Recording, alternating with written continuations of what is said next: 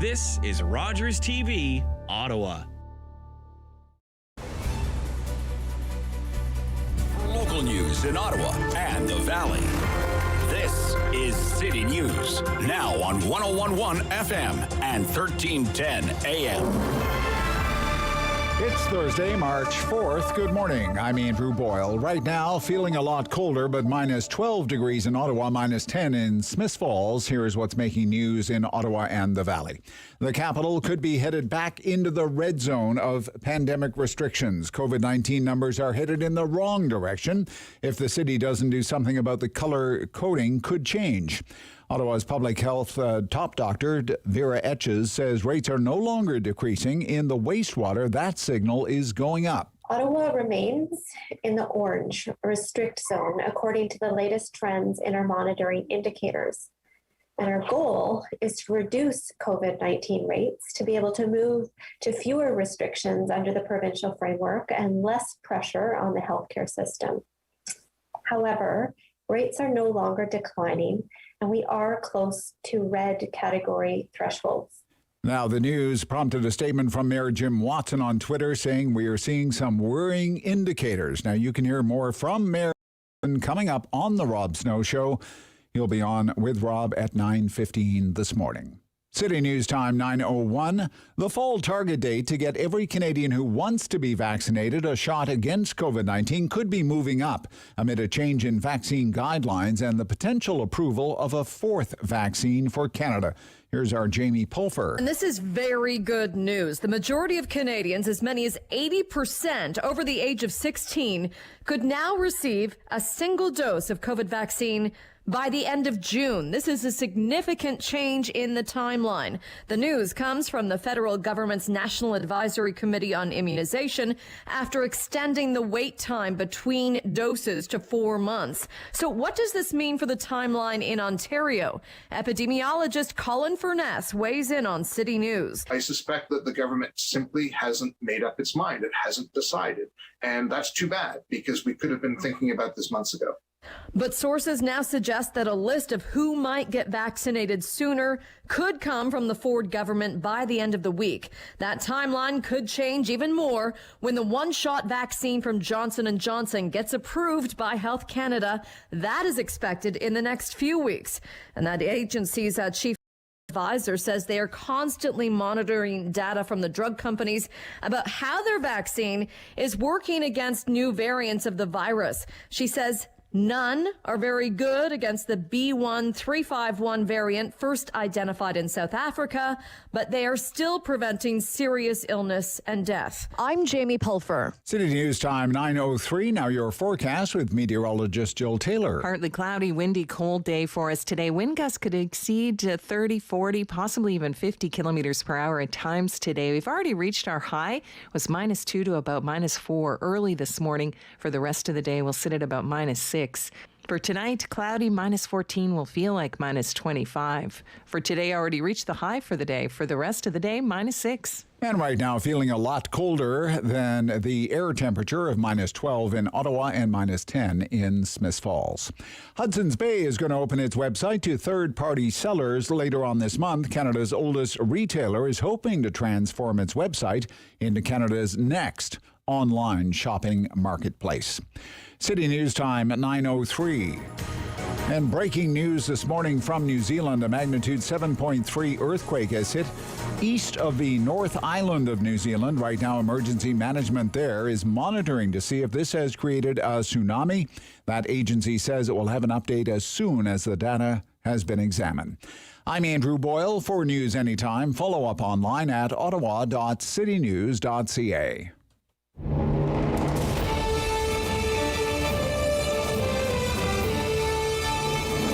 Separating headlines from hearsay. It's the Rob Snow Show on Rogers TV and City News. 101.1 FM and 1310 AM. 2 years ago today, Jane Philpott resigned from Justin Trudeau's cabinet. She was standing up for what was right and standing up for a friend and colleague, Jody Wilson-Raybould. There should be another resignation from Justin Trudeau's cabinet, although it does not appear to be forthcoming. Good morning. This is the Rob Snow Show on Rogers TV and City News. We're all over the big stories today. Analysis, opinion, more than a few great guests. They include the mayor of Ottawa. As you just heard, Jim Watson. I spoke with him this morning, covered a lot of ground. You'll hear that conversation coming up in a few minutes from now. And you'll also hear from one of Jim Watson's leading critics, Post-media columnist and author Randall Cullen in the Ottawa Citizen this week. And it's a complaint that I've heard before, but Randall really takes the mayor and council behind the woodshed for pretending to be what they aren't, MPPs and MPs. And yet the city council, at times, I agree with Randall, it spends too much time bloviating about big picture problems over which the city has very little control or powers to improve.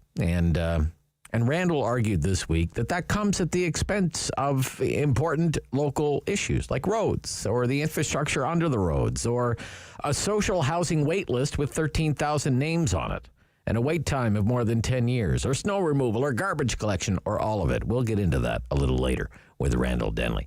But, just on a local issue, and I talked about this with the mayor in part. It's in the news this morning that the southern part of the second phase of LRT is behind schedule. About 4 months behind schedule. Hey, LRT's behind schedule. Stop me if you've heard that one before. Southern extension of the Phase 2 project. It is being built by a group called Transit Next, which happens to include the company everyone loves to hate, SNC-Lavalin. Behind schedule. Again. You'd think we would have learned our lesson the first time around, since it was also in the news this week that the city needs another $15 million. It will be raided from the capital account for public transit to pay lawyers because we're in a legal battle with SNC-Lavalin RTG over the disastrous launch of Phase 1 of light rail. Transit follies, back in the news. But I have a very different question for you this morning, ladies and gentlemen. It's about that spur line that we're supposed to build to the airport. Ever since this was first floated as an idea, I have had my own doubts about it, I'll be honest with you. And those doubts, well, they have only grown larger. Because of the uncertainty about air travel, because of the pandemic, and because of ridership on public transit.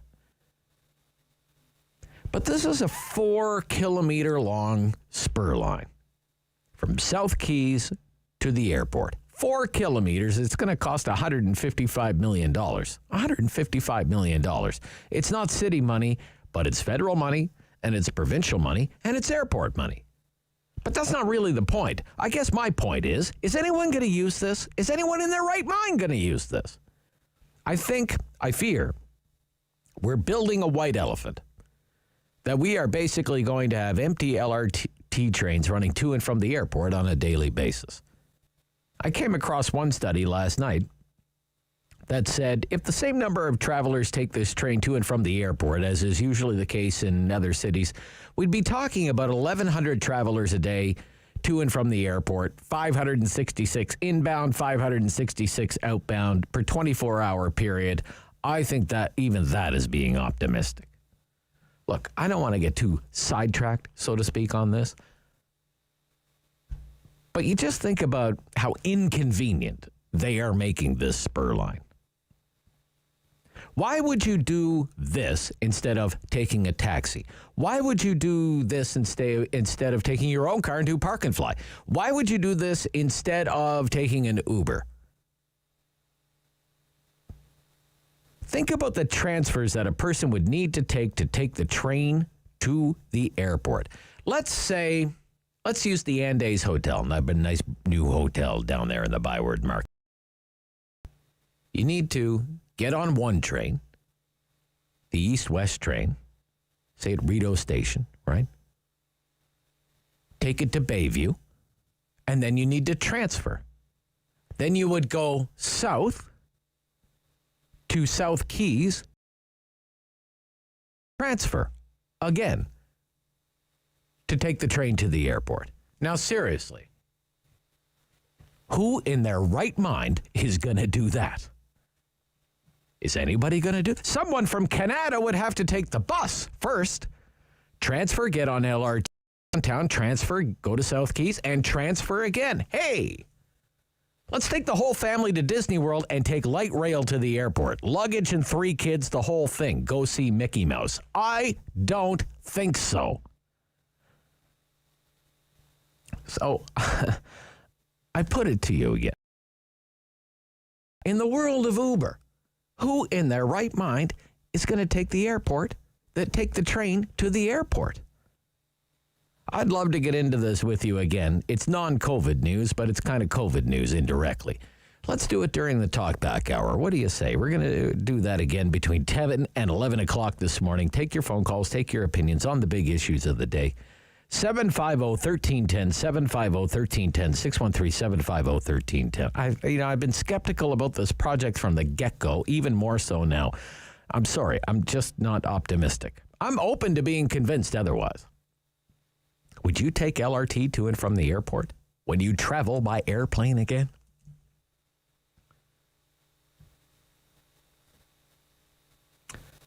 Should Harjit Sajjan resign? Should Harjit Sajjan be fired by the Prime Minister? Obvious, yes. No question about it. He has to go. Mr. Trudeau doesn't seem to think so. Sajjan denies there's a problem at all. They're doubling down. There is a problem with the Minister of National Defense, and it's a big one. General Vance, recent former Chief of Defense Staff, is accused of inappropriate sexual behavior. He relinquished command of our armed forces just last month. He was replaced by Admiral Art MacDonald, who is also under investigation. He too has stepped aside. But on General Vance, the former military ombudsman testified yesterday at a parliamentary committee and said that he took those allegations about General Vance to the Minister of Defense, Harjit Sajjan, and he did that 3 years ago. 3 years ago. And the Minister of National Defense didn't want to hear about it. News reports say today he pushed his seat back from the table and said, no, don't want to hear about it. Don't want to hear about it. 3 years ago, 2018, they didn't do anything about it. This government, the most woke of governments, the gender parity government, the government led by this great feminist, Prime Minister Trudeau, sat on these allegations. And that's what they are, allegations. Vance denies them, just to be clear about that, just allegations. But the minister knew about those allegations 3 years ago and didn't do anything, didn't lift a finger. So does he deserve, really? Does he deserve to remain as Canada's Minister of National Defense? There are a lot of files that aren't going very well for this government right now. Arguably, you could put national defense at or near the top of the list. We can get into that this morning. And on track with vaccines. What's your feeling now with the vaccine rollout in this country? It has been 80 days. 80 days since the first person in Canada was vaccinated. That was 80 days ago. December 14th of last year, we have now vaccinated 2 million people with at least 1 million people in 80 days. The United States, 2 million people every day. Every day. Don't you love that? Canada, 2 million people in 80 days. The United States, 2 million people in a single day. Giving as many people at least one dose, as many people as we can, at least one dose, will speed things up by a few months, we're told, and more people will have at least some protection from COVID-19. So the experts seem to think. Mr. Trudeau said the vaccination program was on track, even when that was clearly a stupid and delusional thing to say. But now a lot more people are saying, when it comes to vaccines, we're back on track and we're making up for lost time. I would put it to you, when it comes to the vaccine rollout in this country, are we back on track? This is the Rob Snow Show on City News.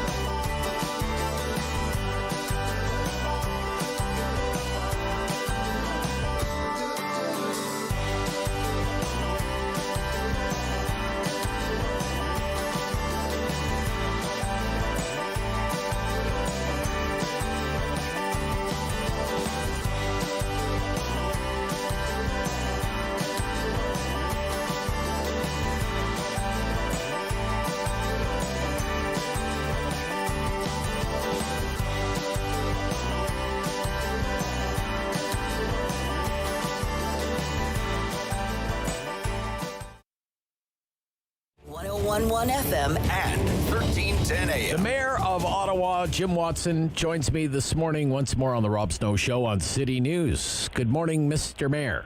Good morning, Rob. Thanks for having me. Very great to hear from you. The city's plan to begin vaccinating people over 80 years old in communities deemed high risk is about to begin. How would you characterize the situation, process, the booking process, etc.? Well, I've described in the past, Rob, this is a very big and significant week for us in Ottawa for a couple of reasons. One, that you pointed out, we start tomorrow our 80-plus residents and those that have those select neighborhoods. And some people said, well, why are you just starting with, Elmer Woods and Hetherington and Ledbury? Well, that's where public health tells us many people over 80 in that community, or even under 80, 5 to 16 times more likely that they have COVID-19. So we're trying to hit those areas. In the medical terms, it's triaging. So it's a big week for those individuals, and that process starts. I think we have, my last figures were that we were almost 100% filled up for the first day, which is tomorrow, and we can do 150 people a day, and we'll have other centers opening, but we urge people, don't call 311. You should call 691-5505 to book your appointment, but you have to live in those first neighborhoods. And the other reason it's a big deal is we also are starting today to inoculate members of our community who are either homeless or live in shelters. And then we also start the police officers today to join other first responders that have been getting their first dose as well. Okay. So when do you expect then, say, the broader community of people over the age of 80, over the age of 70, by age, et cetera, like that, when do you expect that to begin? Well, ideally, we're looking towards sometime in March, probably the last half of March. Okay. It all depends on a couple of things. Obviously, we want to get through all of the high priority neighborhoods. There are about 20 of them in total.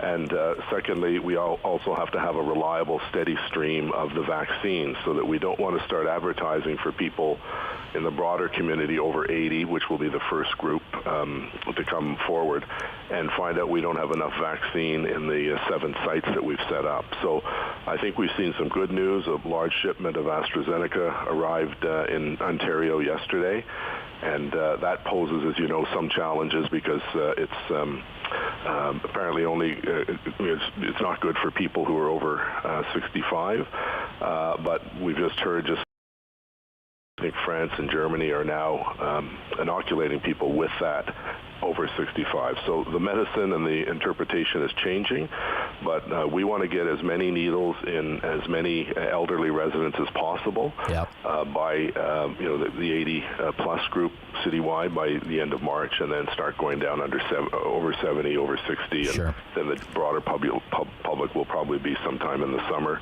You know, I just think about a loyal. I'm sorry, Mr. Mayor, to interrupt. I just think about a loyal listener who calls my show from time to time. He's 87. His wife is 96, and they still live independently, which is remarkable.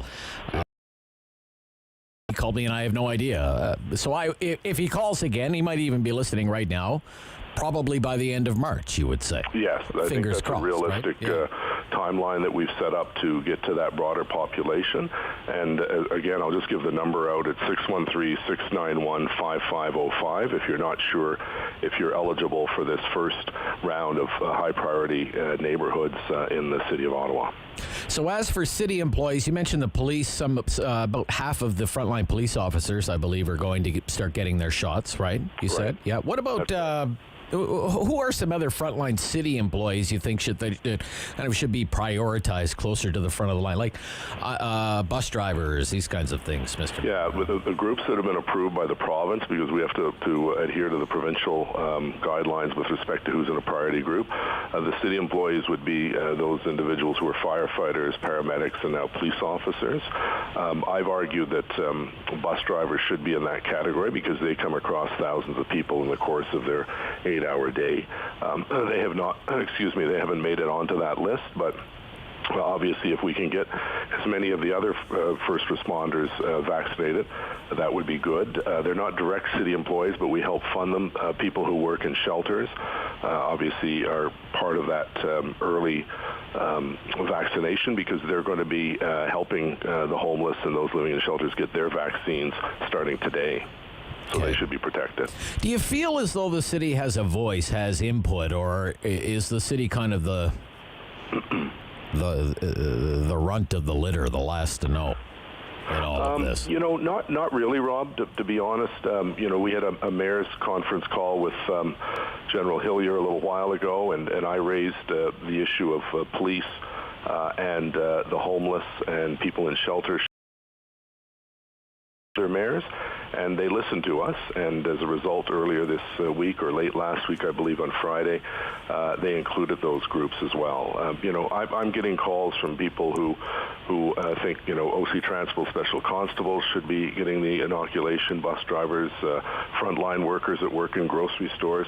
But as you know, if you have, everyone in the first priority, it's not really a priority list anymore. So while I'm sympathetic to those people and empathetic to their need, we only have so much vaccine, and I think as Tony DeMonte, our head of emergency management, said, we have to triage those people to make sure that the ones that are at the most risk, and those are the ones that live in these certain neighborhoods we've outlined that are over 80, and as I said, we're very excited that it starts tomorrow, and I'm looking forward to meeting some of those people tomorrow when they come into the community center in the South End. I want to move along to some of the things that have also come up this week, and that's the city's latest homelessness plan. And I was mentioning to Councillor McKenney yesterday, she was on the show, and I said I moved to Ottawa in 1990. I think, I'm not sure what you were doing. You may have been the city councillor for Capital Ward in 1990, maybe. No, I was at work for the speaker back then. Oh, you worked for the speaker. Okay, you weren't even lending out your lawnmower to people in the in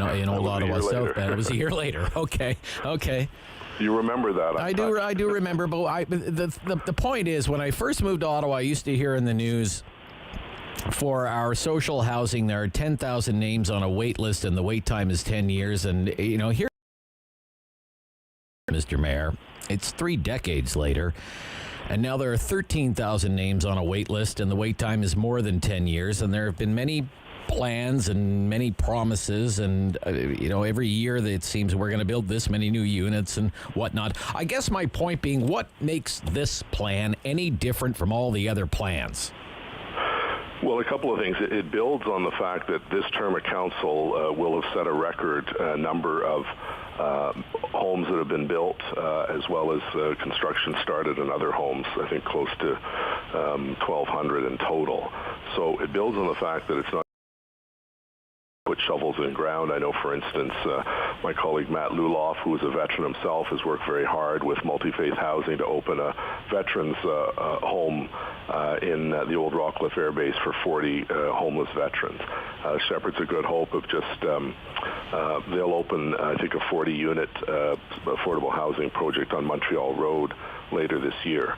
And the problem we've always had is that, federal and provincial governments have been good partners, but it's been somewhat sporadic when we're going to get funding and then rush to get shovels in the ground and the rezonings and so on. We actually have a plan where we have put in significant new dollars, and we actually know what we want to ask the provincial and federal government. So the staff, I think, did a very, very good job. And as I said, you're quite right. This is a challenge for us for, going back a couple of decades. The reason for that is that people like moving to Ottawa. We just turned over 1 million people. We have 26 people a day arrive in Ottawa in some form, whether it's a transfer, coming to school, or retiring. So people want to live here, and we're the largest city in obviously Eastern Ontario, the second largest in the province, and we get a lot of people who have social issues coming in from outlying areas, rely on us to find them affordable housing. Okay. On light rail, there's a report this morning from the public broadcaster that the southern extension of that project is 4 months behind schedule. What would you say to people who are going to ask the question, Mr. Mayor? Oh my gosh, here we go again, behind schedule. Are we about to repeat a mistake? Is this phase one all over again? I think, if you look at any major construction project in the country, there have been impacts because of COVID. We had, for instance, a couple of employees that had expertise in certain aspects of light rail that couldn't come back into Canada because they were overseas at the Alstom office in France. We have, for instance, our vehicles are being manufactured in Brampton. Well, Brampton is one of the hot spots for COVID, so if 10 or 15 people have to stay away for 14 days and self-isolate, that has a ripple effect on all their orders, not just the City of Ottawa. So we've had our staff look at and bring in an independent analyst, and it looks like, in this project that we're dealing with sort of over a 3 to 5 year period, it could be off by 40 days. Thank you for the time this morning. You're always very generous with your time, and we always enjoy having you on our program, Mr. Mayor. I hope you're well these days. I am, yes. I'm happy to see some sunshine. It's still frigid out, but I think we're going to get up to above 2. And as I mentioned to you, I look forward to my big trip to the grocery store at Carlingwood Mall. Okay. Oh, Carlingwood. Whoa, good times, good times. Thank you, Mr. Mayor. Bye-bye. Bye. There's always a story behind.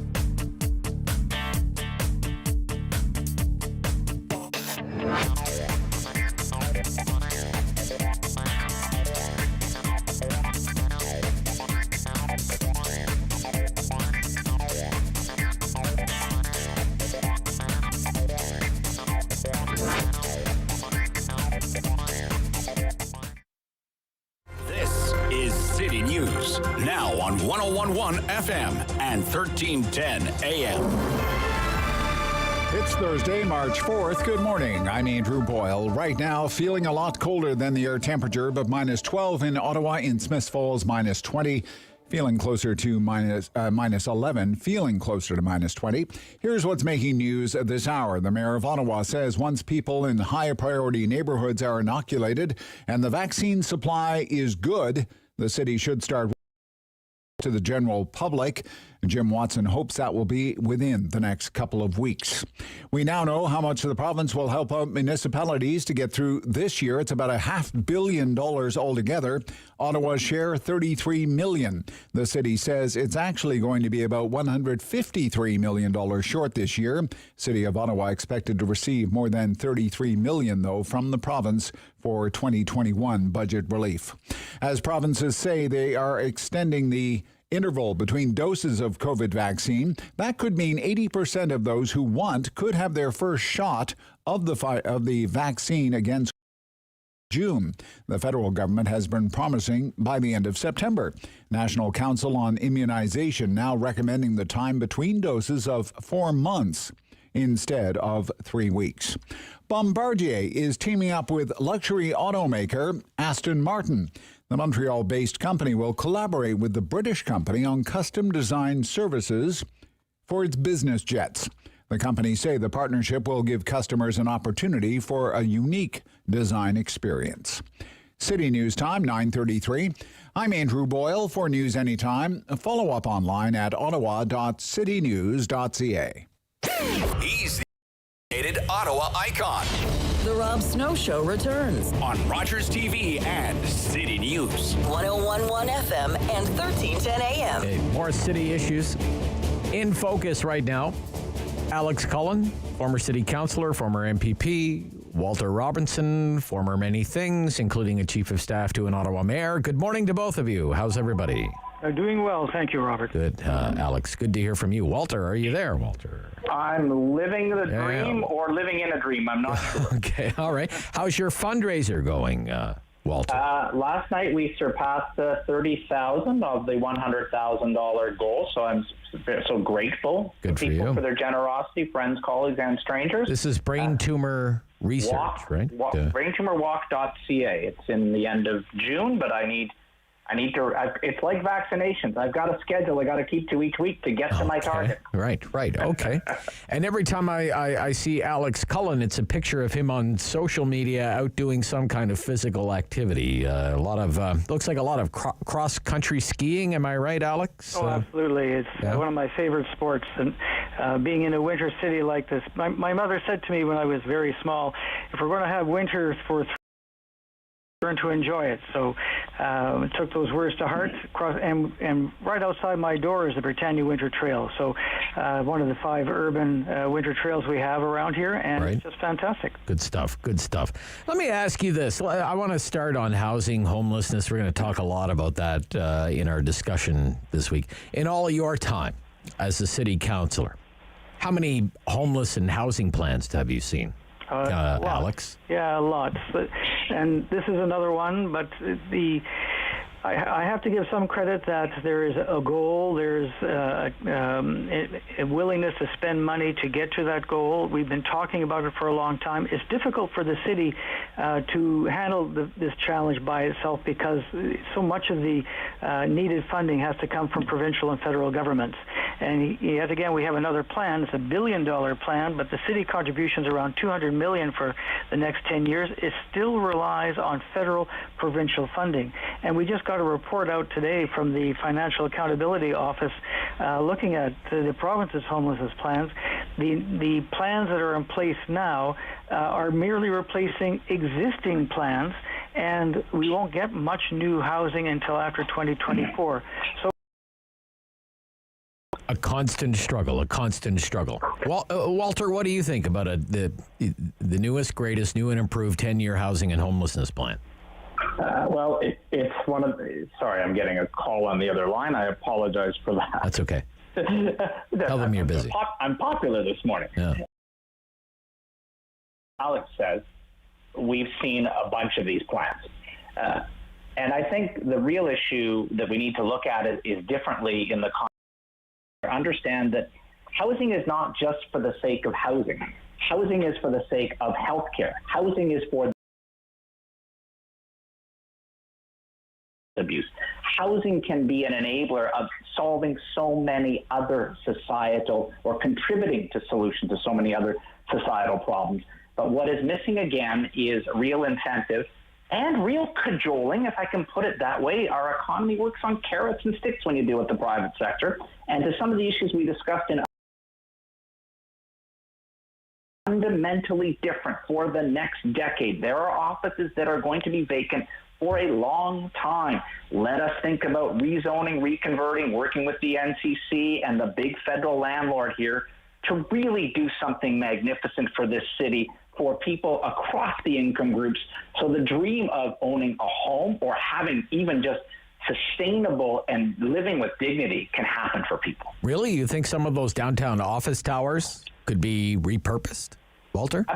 Absolutely. They're already serviced, right? And this is the other thing, again, we chat about housing a bit. Yeah. You need to, when you're building up, you need to make sure that the stuff under the ground, the things that work and take your sewage, your water, your electricity, all your utilities that are there. Servicing, especially, sometimes it's good to do infill. Other times it's better to do greenfield because it may be cheaper than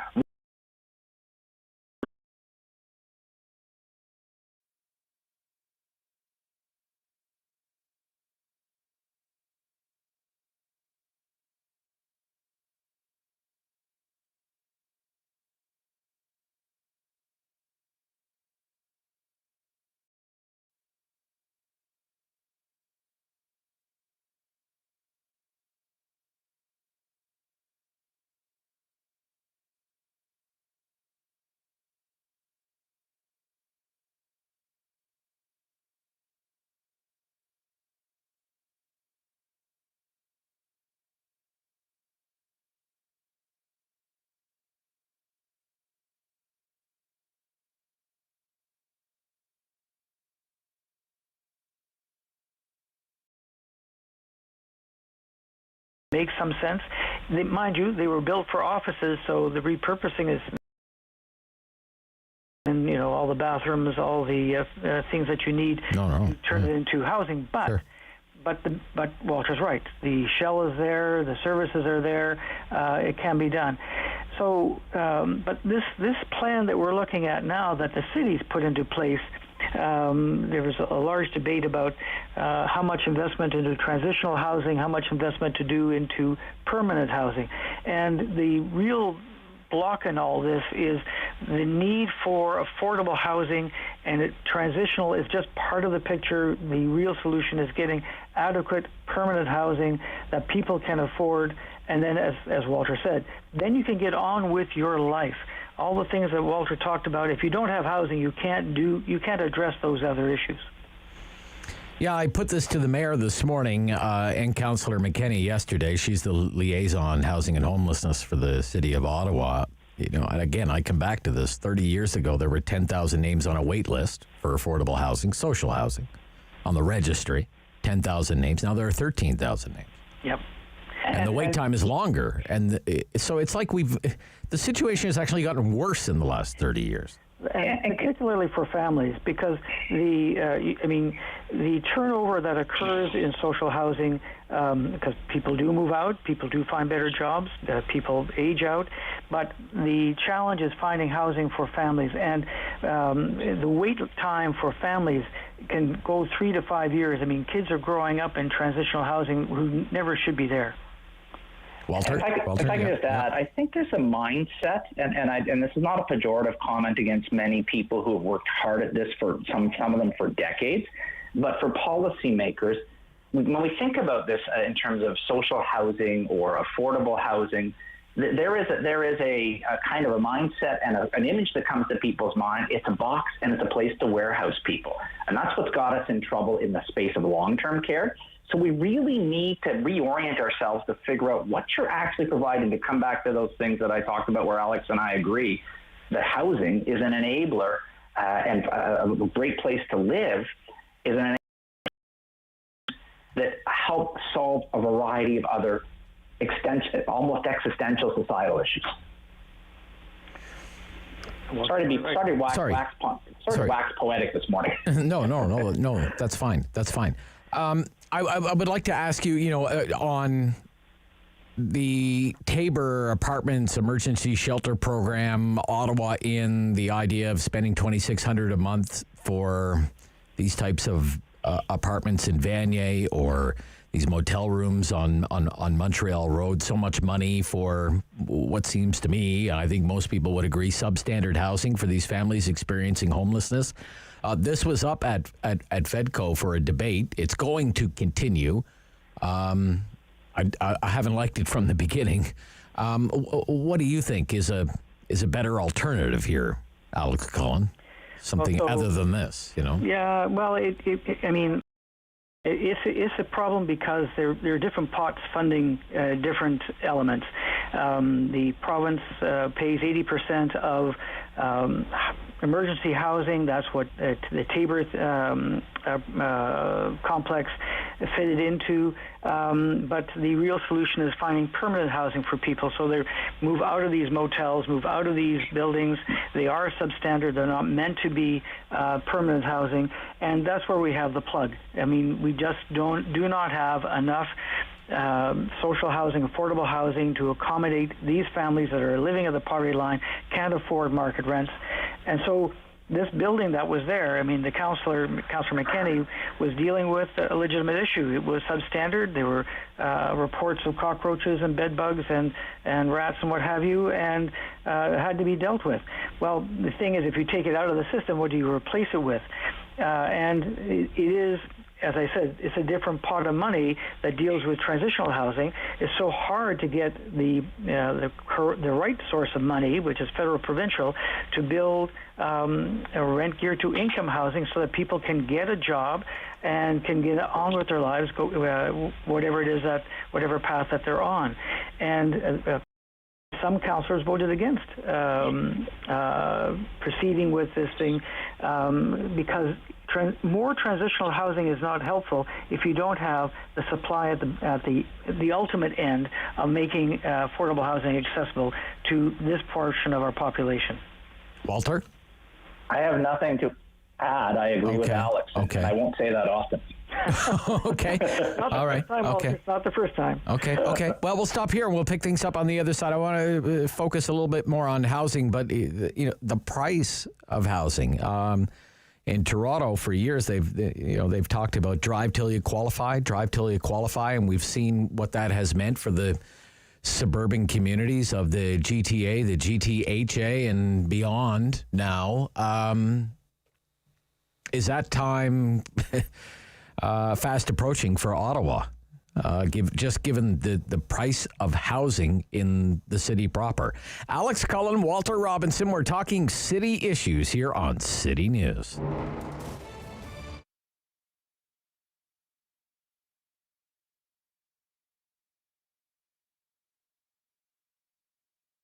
It was devastating, and it's devastating to all small business, but not knowing where it was going to go. But then the renovation market, as people stayed home, took off like wildfire.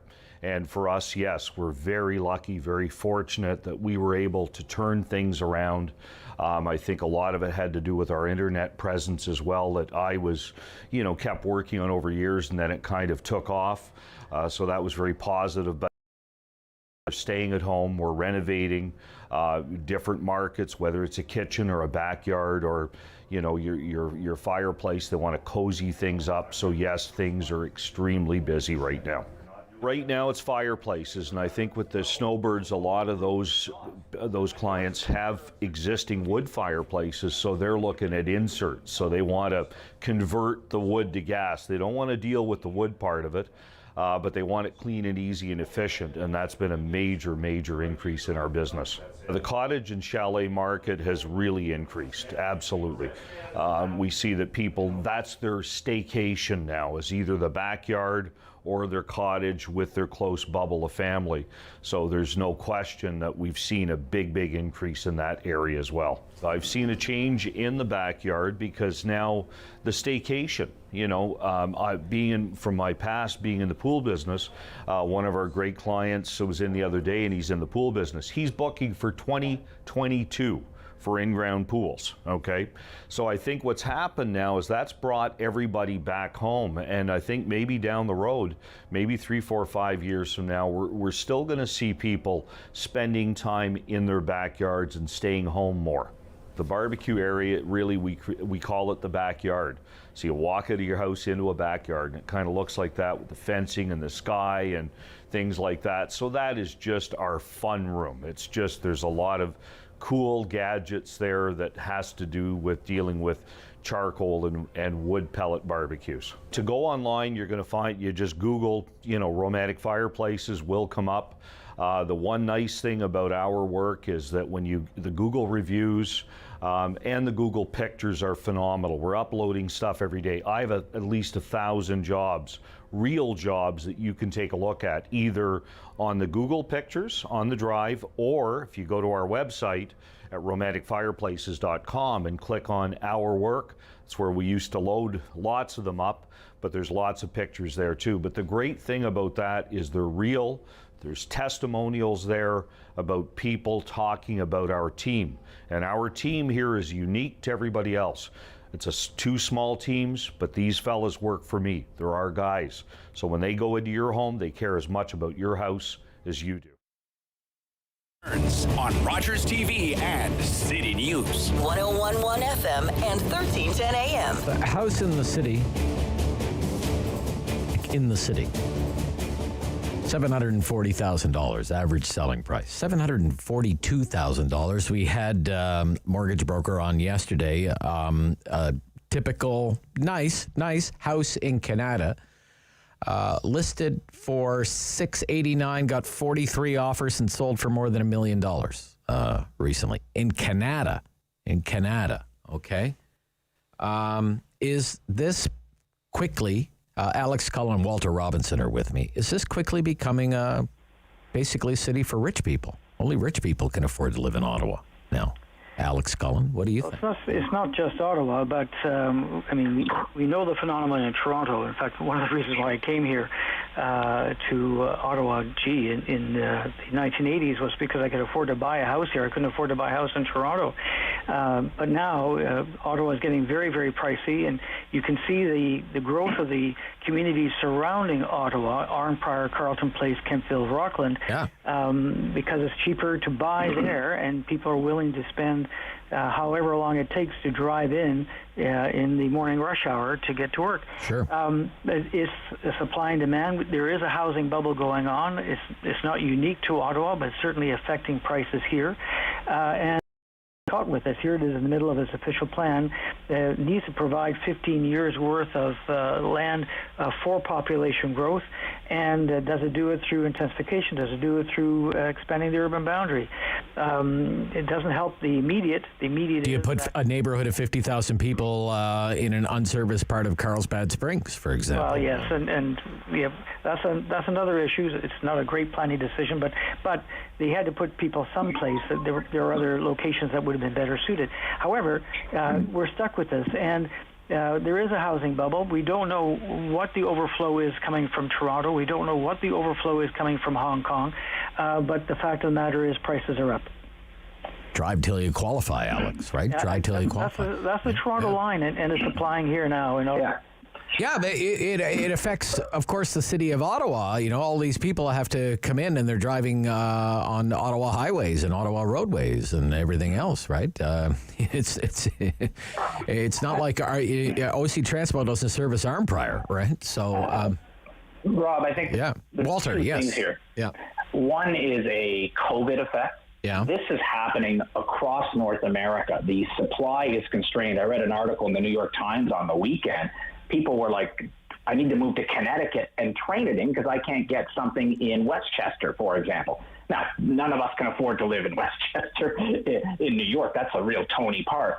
But we're seeing this, a lot of people, it's a great time to sell your house, but then what do you move into? People do not want to list their house during COVID. They don't want strangers coming in. The supply is down by almost 45% from last year this time, or just a little before this time. So there's that factor. There is the issue as well of what we were chatting about before the break, a permanent work from home, work from anywhere environment that is going to come and restructure government and restructure industry. Yeah. So that determines, okay, well, maybe I don't need to live in a suburb. I can live an hour and a half outside of the city and commute once a week to get into a meeting or come to some of these centers that the federal government has set up in Canada. There's one at Place d'Orleans. I think they have one in the South End, regional working centers.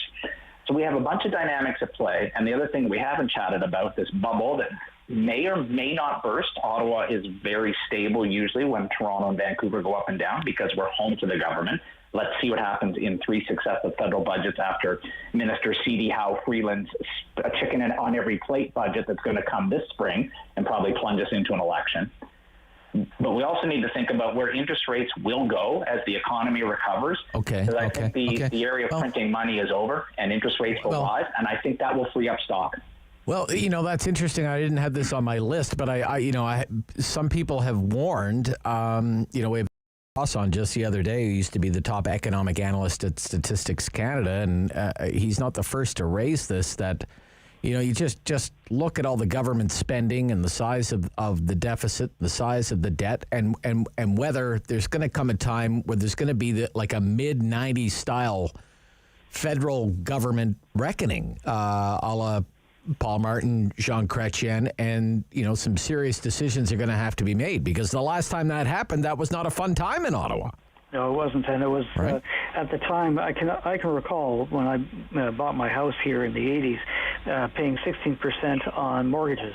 Thankfully, that didn't last long. Yeah. But it certainly affected my housing choice at the time. So there is a conundrum here about the amount of money that is being spent by governments to get us through COVID.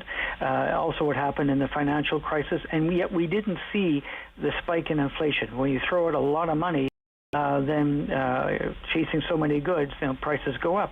We haven't seen that. Now, mind you, demand has fallen off because of COVID, Grocery stores are doing well, but a lot of other sectors are not. As we come out of as we try to achieve normalcy, whatever that is, will we see inflation start to move up? At the beginning, you do want to see people wanting to buy things, prices move a bit, but you've got so much money sloshing around. And so the problem is, does that mean interest rates go up? If interest rates go up, then the hot air in the housing market's going to go out. Yeah. But I guess I'm talking about rationalization of the public service in the capital city of Canada and what that means. A minority government is going to have an election coming up, if not this year, then next, and it will want to keep the economy moving. So austerity measures right now won't help. So I don't think you'll see any government looking at austerity measures now. But you're saying, and it's time of reckoning when you'll need either higher taxes or cut expenditures. And yes, that's a choice that's going to be coming in the next 3 or 4 years, because the amount of debt we've accumulated to get through COVID has been outstanding. I don't know if you wanted to add anything there, Walter, because I do have another topic. But the reckoning will come, although a lot of people say, well, government does not have a bottomless pit of money.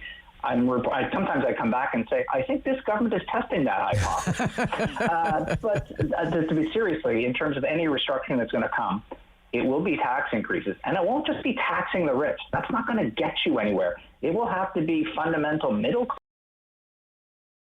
or a rethink of what government should be doing. And we saw this after World War II, you get sometimes people saying, well, maybe government should do different things, more here, less there. I don't know if Canada's ready for that debate, but I think it needs to come. Well, I mean, front page of a report on Business Globe and Mail today, the British government has announced the country's biggest corporate tax hike in almost 50 years. Yes. Well, and that's a conservative government. That's from 19% to 25% corporate tax hike. Corporations don't pay taxes. They just pass them on to the consumer. Okay, well, whatever. Okay, look. 2 minutes left here.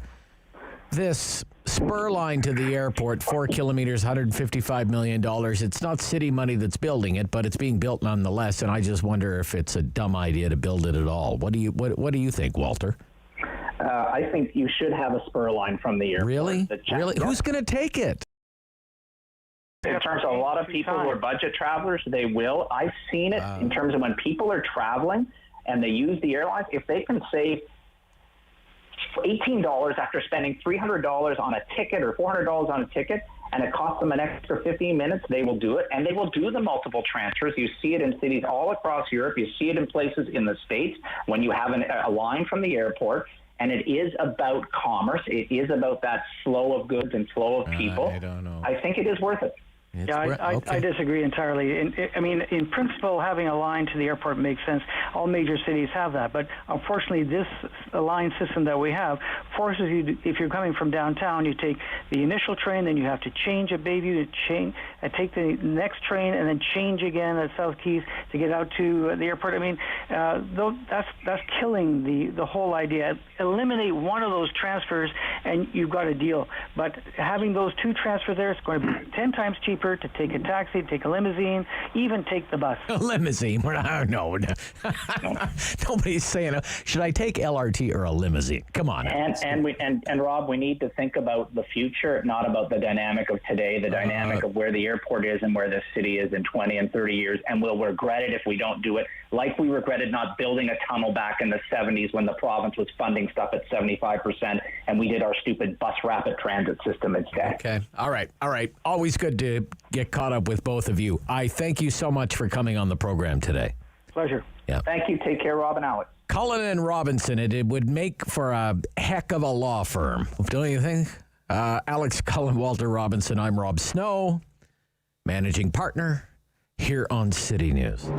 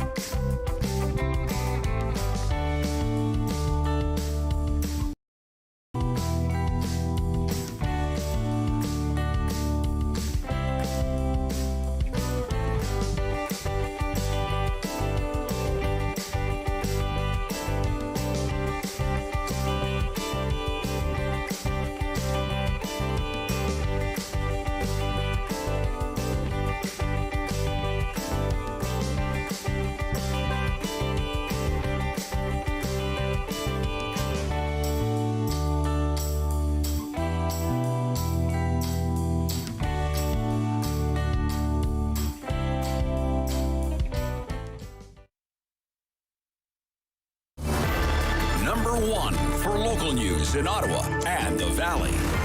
This is City News, now on 101.1 FM and 1310 AM. It's Thursday, March 4th. Good morning. I'm Andrew Boyle. Right now in Ottawa, feeling like 12 degrees. The air temperature is minus 11 in Smiths Falls. Here's what's making news in Ottawa and the Valley. The province says it will be handing out about $500 million to municipalities to help cover shortfalls that are projected in their budgets this year. Ottawa City's share will be about $33 million. The city says it's going to be $153 million short. It's also hoping for some federal cash. Smiths Falls will be getting $133,000, Lanark County $360,000, Leeds Grenville counties $434,000, Renfrew County and the town combined will get $176,000. September's time to wait for a vaccine. Now it appears a majority of us may not have to wait that long after all. City News reporter Jamie Pulfer with the latest on the accelerated COVID-19 vaccine timeline. June instead of September. That's when the majority of Canadians can now expect to receive at least one dose of COVID vaccine. That's at least 80% of those over the age of 16. This after the National Advisory Committee on Immunization extended the wait time between doses to 4 months. Epidemiologist Colin tells City News about where those with underlying health issues should rank in the Ontario vaccination lineup. They should be after people who live in congregate settings, because that is the most dangerous. But before, I think, people who are, say, in their 60s and who live in the community and are able to self-isolate. In the next few weeks, the timeline could change again. That's when Health Canada is expected to approve the single. I'm Jamie Pulfer. And we're just getting the new case numbers from the province. 994 new cases of COVID-19. Now, 49 of them are in Ottawa. 10 are in Leeds, Grenville, Lanark. There are 2 in Renfrew and 9 in the Eastern Ontario Health Unit. City News Time, 10:03. A new unique shopping experience coming to our city today. Costco Wholesale Business Centre opens its 3rd Canadian location on Searville. This is the former location of the Costco that moved to Blair. Marc-Andre Bali is the Vice President of Business Centres and tells City News the stock is 70% unique to what you would find in a regular Costco. And what we're selling essentially are items that are either meant for resale or items that are meant to be consumed in restaurants or used in restaurants, along with a large array of commercial appliances and kitchen accessories. And we do have some office supplies as well. So essentially, it's a business-to-business proposition. Now, the centre created almost 150 new jobs in the city. City News Time at 10:04. Now your forecast with meteorologist Jill Taylor. Partly cloudy, windy, cold day for us today. 40, possibly even 50 kilometers per hour at times today. We've already reached our high. It was -2 to about -4 early this morning. For the rest of the day, we'll sit at about -6. For tonight, cloudy, -14 will feel like -25. For today, already reached the high for the day. For the rest of the day, -6. And right now in Ottawa, -12. It feels like -21. In Smiths Falls, -11. It feels like -19. Officials in New Zealand have issued a tsunami warning now for coastal areas after a shallow, powerful earthquake struck off the northeastern coast. No immediate reports of serious damage or casualty. Emergency Management Agency warned of a tsunami threat from the earthquake, which measured 7.3. The U.S. tsunami warning system predicted waves up to a meter. I'm Andrew Boyle. For News Anytime, follow up online at ottawa.citynews.ca. It's time to talk back on The Rob Snow Show. Have your say and call now. 613-750-1310. Let's do this. Lots of topics for you to comment on this morning. During the Talkback Hour here on The Rob Snow Show, on Rogers TV, on City News, 750-1310, 750-1310, 613-750-1310. We have a local issue that I'd love to get into with you, and it's just, I don't know, it's been bouncing around in my head for a few days.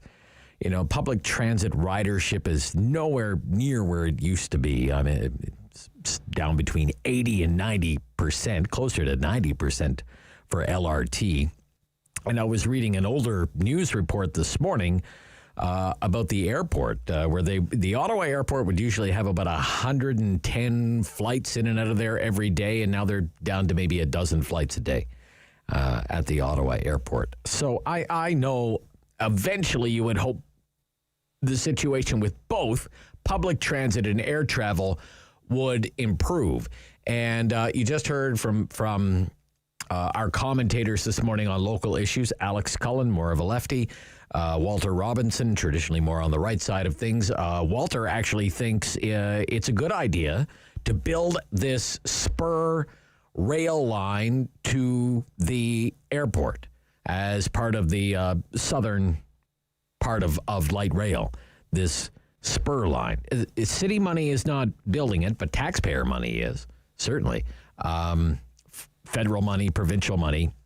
And the airport, I think, is putting about $25 million into this project of the total $155 million or so. But do you think people are going to use it? Is it going to be worth the money? Would you use it? Would you? I mean, think about this. Would you take light rail to the airport if you needed to get a flight? This spur line, $155 million, 4 kilometers from South Keys to the Ottawa airport. Would you take it to and from the airport? Or would you take your own car and park it at the airport or do park and fly? Would you take an Uber to the airport? Would you take a taxi to or from the airport? Or if you would use this light rail spur line, I'd like to know. I just don't find it very convenient. I think there are just way too many transfers. I think about somebody who's coming from Canada. Canada's not even going to be serviced by light rail anytime in the next 10 years, probably. And yet you would have to get on a bus to connect to light rail, take the light rail down to Bayview, transfer there, take the train from Bayview down to South Keys, and then get the train that would eventually take you to the airport. I mean, how long is that going to take? You're carrying luggage, everything. I just don't view it as it's just not very convenient. I mean, I guess if it was direct Bayview right to the airport, maybe some people might consider it, but that's just me. I just don't find it to be smooth or seamless enough. I'd like to know your opinion on that. I worry we have a white elephant in the making here. We're going to have choo-choo trains that are just empty and just going around and around the airport. The Harjit Sajjan developments we should get into as well. Should he resign? I think he should resign as Minister of National Defense by the end of business today, or the Prime Minister should fire him because of the latest testimony about the allegations against General Vance. The ex-military ombudsman says he took these complaints about General Vance to Harjit Sajjan. He took those allegations to the minister some 3 years ago, back in 2018, and the response from the minister was, I don't even want to hear about it. I don't even want to hear about it. What do you mean you don't want to hear about it? And as well, that's when the ombudsman says it became impossible for him to do his job. Do we have a clip on that? Yeah, go ahead, David. Yes, I did meet with Minister Sajjan on March 1, 2018. Yes, I did directly tell him about an allegation of inappropriate sexual behavior made against the Chief of Defence Staff. Very shortly after that meeting, as I've said before, the autonomy and financial independence of my office was gutted yet again. This meeting happened on March 1st, 2018. I explained to Minister Sajjan that the complainant had approached me only after the assurance of confidentiality. Shortly after the tumultuous March 1st meeting with the minister, and without any warning, consultation, my financial authorities and my HR delegations were altered, changed, and truncated. This decision directly impacted the independence of my organization. Gary Walburn, former military ombudsman. He took the allegations against General Vance to Minister Sajjan, who didn't want to hear about them, and then he says there was basically a concerted effort to make it impossible for him to do his job.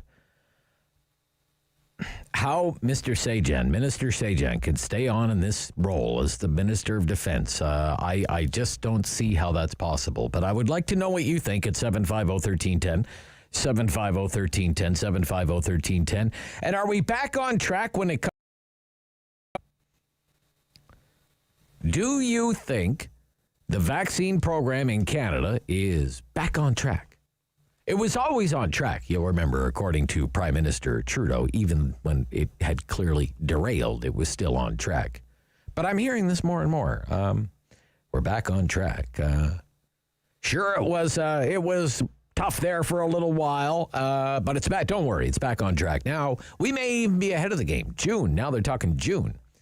Is that how you feel?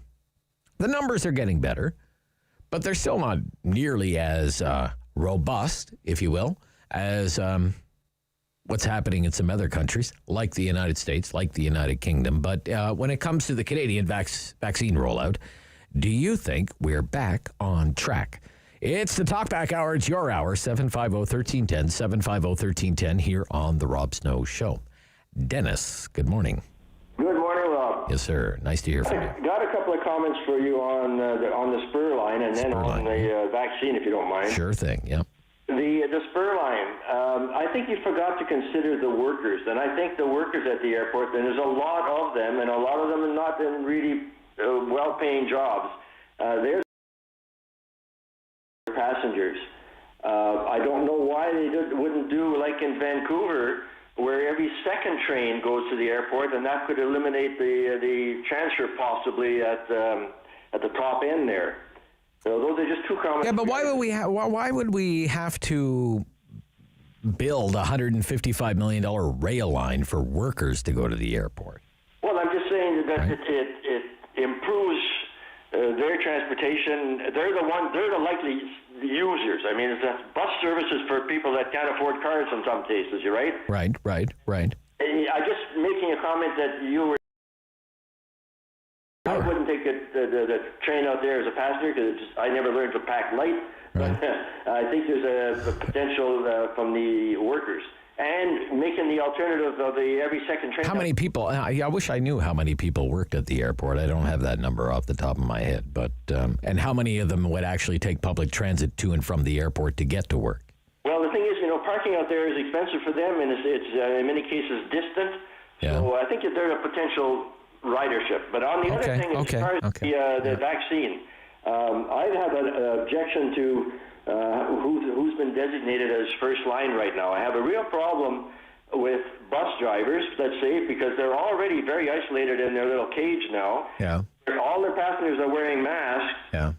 Same thing with the... But they're still dealing with the public, though. They're still dealing with the public, and they are working, I don't know, Well, my question is, Rob, how many drivers have actually caught the disease? Quite a few, actually. Well, I'd like to know how many have caught it, how many have caught it on the job, and more importantly, since we're focusing on the hospitalization, how many of those people have actually gone to hospital? Because we're right now saying vaccine are those that are likely to end up in hospital. And I don't think these folks are likely to get into hospital. Same with the firefighters or the police. But that's just my opinion. Okay. That's why we do the Talkback Hour, sir. We love opinion. Okay, thank you. Thank you for calling from Vanier. Let's take Joe's call here. Joe in Ottawa. Hi, Rob. Yes, sir. Hi, Rob. Thanks for taking my call. Pleasure. I'm concerned with the LRT going to the Ottawa Airport. Yep. There's no need for it. I worked for OC Transport years ago. Yep. I did run the airport bus. You only get maybe 1-2 trips with people on it. That was 97 to the airport? Well, I think it was something before that. But yeah, okay. All right. But there was never enough ridership for that bus. So it's just money. They leave the bus on it for what it's doing. Just if you want public transit to the airport, just service it by bus, in other words. That's right. Yeah. It's copy service right now. I don't know. I was skeptical about it from the very first day that I heard about it. And I know things are going to recover, and it's pretty doomy gloomy right now with public transit and air travel. But gosh, it just seems to make even less sense now to me. Right? Yeah, that's a little bit too much when you already got the service on the buses, plus the taxis and everything else. You don't need service out there on an LRT run. All right. Put it in the West End where they need it. Okay, thank you, Joe. Thank you. Yep, this is the Talk Back Hour, 750-1310 on the Rob Snow Show on Rogers TV and City News.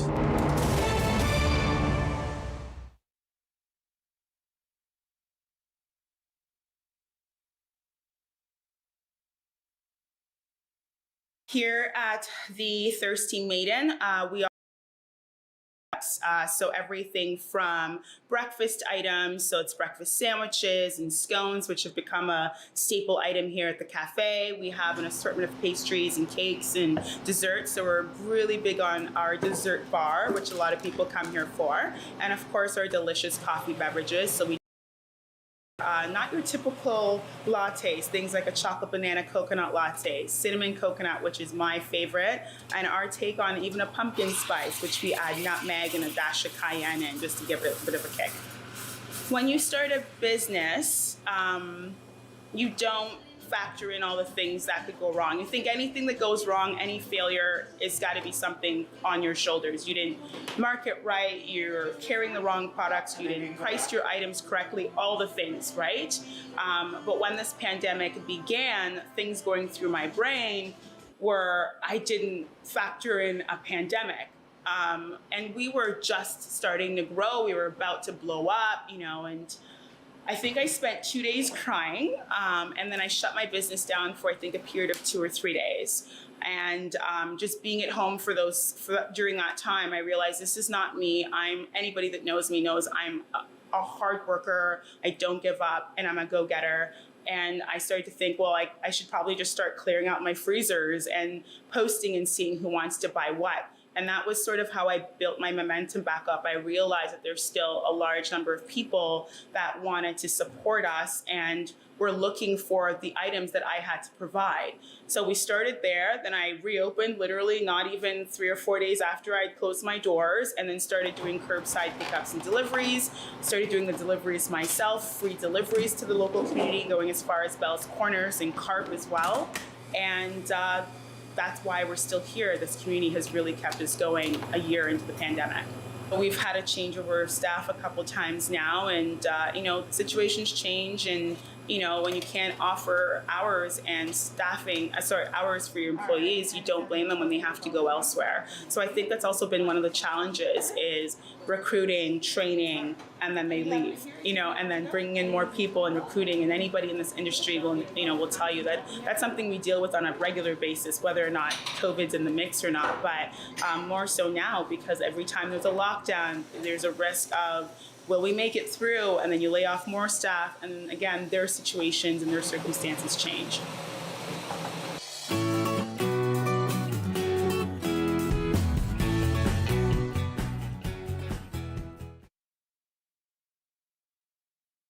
On the Rob Snow Show. The phone lines are open at 613-750-1310. Now, the Rob Snow Show continues. Blacklock's reporter has a heck of a scoop this morning. Another ventilator scam.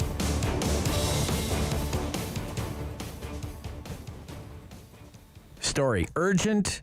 This is the headline. Urgent $283 million order filled 1 year later due to defects. A year later. Quebec company. So many contracts go to Quebec companies. Whether it's Baylis or Medicago or SNC Lavalin, it seems the big juicy contracts, they more often than not land in curiously in one province.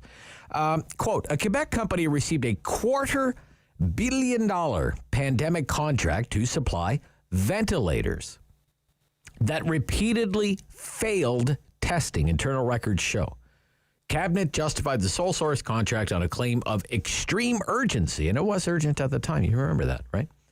It was an emergency situation, said Hélène Gagnon, Senior Vice President of CAE of Montreal, formerly Canadian Aviation Electronics. CAE, if memory serves, CAE's business is making flight simulators. I always thought it was in the flight simulator business. It wasn't in the medical ventilator business, but whatever. Here's the contract for 10,000 ventilators was $282 million for 10,000 ventilators. $282 million. So what is that? $28,000 a ventilator, right? April 9th. So this would have been 3 weeks after the declaration of the pandemic. About 3 weeks, less than a month anyway.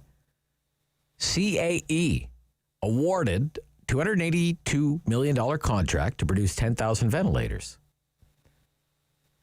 The ventilators repeatedly failed federal tests and were considered defective. Company received federal advance payments of an undisclosed sum and wanted more. Records show the CAE ventilators failed an initial test after the contract was awarded, were rebuilt, and failed a second test. Holy smokes. Another Montreal firm, remember we talked about Ventigate? Another firm, Baylis Medical Company. Frank Baylis used to be a Liberal member of Parliament. Received undisclosed advance payments on a separate $237 million federal contract to supply ventilators to Chair Baylis Medical, Frank Baylis, former Liberal MP from the province of, I'll give you one guess. You guessed right. Congratulations. Eric. Good morning, Eric. Go ahead. You're on the air. Morning, Rob. Yes, sir. I'm just wondering, is this the same Harjit Sajjan that took credit for being the architect of Op Medusa in Afghanistan? He was accused of taking credit for that. One and the same, yeah. Yes, one and the same, yes. Yeah. Yep. Okay, yep. so, I mean, the guy's stripes are starting to show. I think he should be gone. He should have been gone a long time ago. He doesn't have the political might, presence to do the job he's doing. Okay. Why he's there? I'm hard pressed to figure that out. He was a cop in Vancouver. He was a reserve light colonel in Afghanistan, where he made that brag that he was the architect of the operation to put ISIS down. I never could understand why he was there, but that's just one piece. I think he should be gone. Okay. On the vaccine thing, you know where I'm standing on that. Right. It was. Are we back on track? No, we never were on track. No, we never were. Okay. We never were on track. The numbers are improving, and you keep hearing this. We're back on track. We're back on track. Massive shipments expected. Well, but how many have we vaccinated? 2 million? 2 million? 2 million doses have been administered, yes. 2 million doses. So that may be, a million people. I don't, whether it's one or two shots. But the thing is, I mean, we're getting so complacent. We're tossing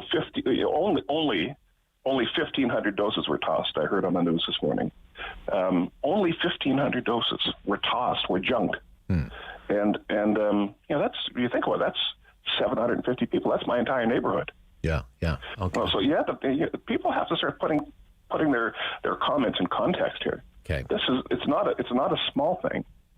It's 1,500 doesn't sound like a big thing, but when you put it in context with the neighborhood, the whole frickin' neighborhood could be vaccinated with those 1,500 doses that were tossed. Absolutely, sir. Thank you, Eric. Anyway, Thank you. Great points. Bye. Yeah. That's one of the questions I'm asking this morning. Not getting a lot of uptake on this. I guess you like the job that's being done in national defense, the shipbuilding program that seems to be running like a well-oiled machine. Should Harjit Sajjan be forced out as Canada's Minister of Defense? I just find it hard to see how he can remain in that position now, not after what we learned yesterday. Okay. The Defense Committee was meeting yesterday. It's part of a study that has been launched since the news broke of the allegations of inappropriate behavior by General Jonathan Vance, former Chief of Defense Staff. Just allegations, okay? He denies the allegations. And yesterday, that committee heard from the former military ombudsman, Gary Walburn. And the news is shocking. He said that he went to the defense minister, Harjit Sajjan, 3 years ago, back in 2018, and essentially said, Minister, we have a problem. There has been a serious allegation of inappropriate behavior against the chief of the defense staff, and then he said basically Sajjan didn't want to hear it. Ignored him. Quote, pushed back from the table and said no. This morning, pushed back from the table and said no. Quote, didn't want to see the evidence. Now, these allegations were made public by Global News, and I've been scooping everybody on this one, back about a month ago. Global News at that time reported that the allegations relate to an unwanted sexual comment toward a much younger junior soldier prior to his becoming chief of defense staff. And again, the ombudsman took this information to the minister some 3 years ago, and nothing was ever done about it.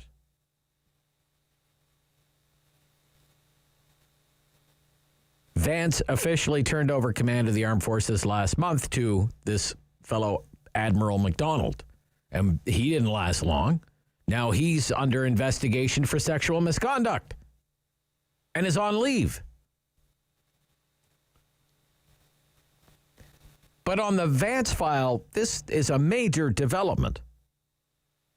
This government knew, as high as the minister's office, it knew that all was not right with the chief of the defense staff and that they did nothing about it. The minister didn't even want to hear about it. Now it's blown wide open. Facts, timelines, all coming to light. And they put whatever Sajjan has said in the past, they put those comments in serious doubt because it looks like he wasn't telling the truth. When he said, oh, all the proper procedures are followed, oh, I acted quickly, oh, all the rest of it. Really? This person deserves to remain in this post as Minister of Defense, remain the Minister of Defense after this? I don't see how it can continue. And it should end his tenure as Minister of National Defense. Instead, what we have is both Sajjan and the Prime Minister. What are they doing? They're doubling down on their own version of events. This is the Rob Snow Show Talkback Hour on City News.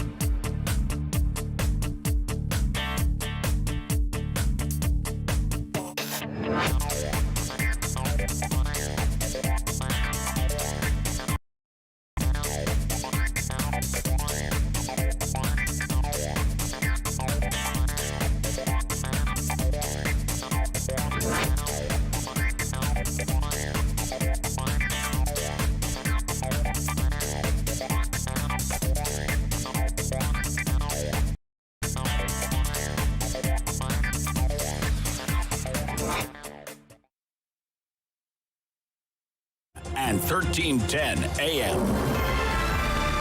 It's Thursday, March 4th. Good morning. I'm Andrew Boyle. Right now in Ottawa, minus 12. Feels like minus 23. In Smiths Falls, minus 11 and feeling like minus 20.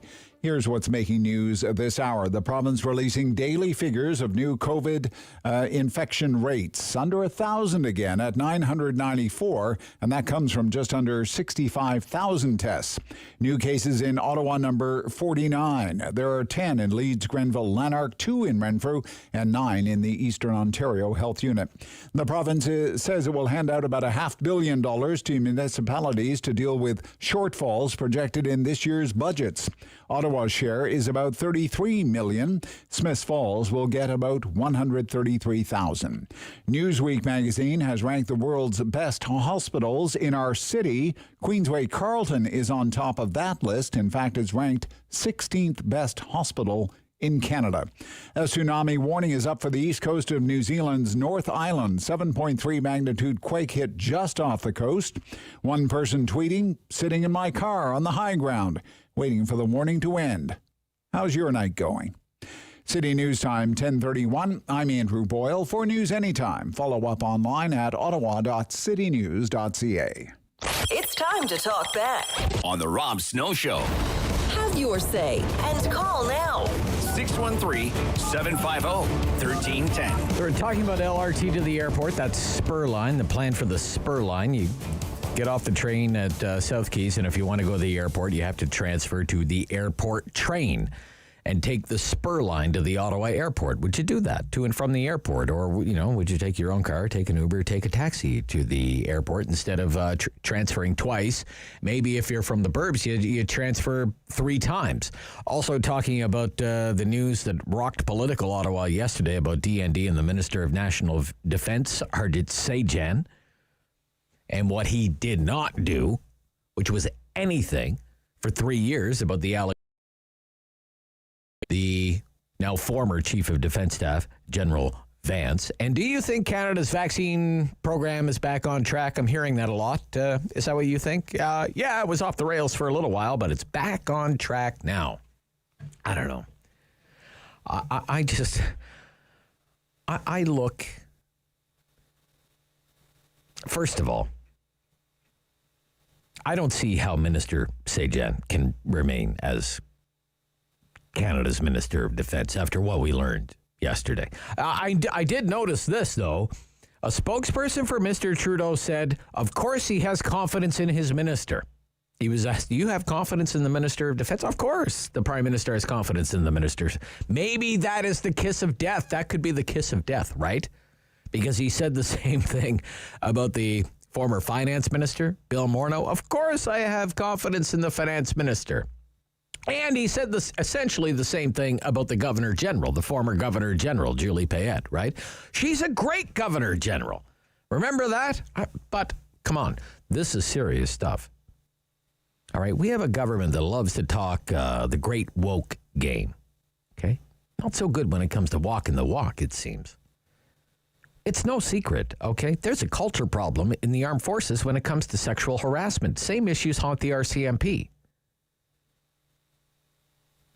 And with our armed forces, it would seem that the fish rots from the head, as is so often the case. Can Canadians really take this government seriously at its word that it wants to improve the situation in the military when the minister in charge of the military, of the whole darn place, doesn't even want to hear about allegations of sexual impropriety? Doesn't even want to see the evidence? It's all kept under wraps for close to 3 years, and the ombudsman is basically bullied to the point he resigns?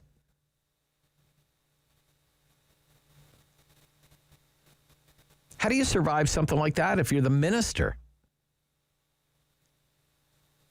To me, look, and I'm no expert, okay, when it comes to military procurement or the national defense file, but doesn't it look, just as a layperson, like it's just a mess and has been a mess from the day this Trudeau government took office?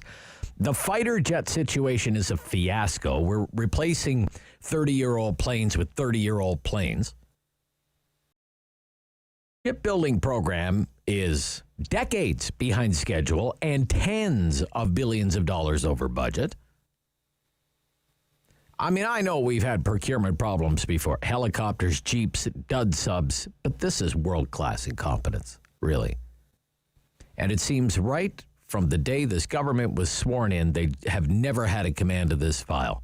They tried to, and a lot of people are making connections here, they tried to bulldoze the whistleblower, Vice Admiral Mark Norman.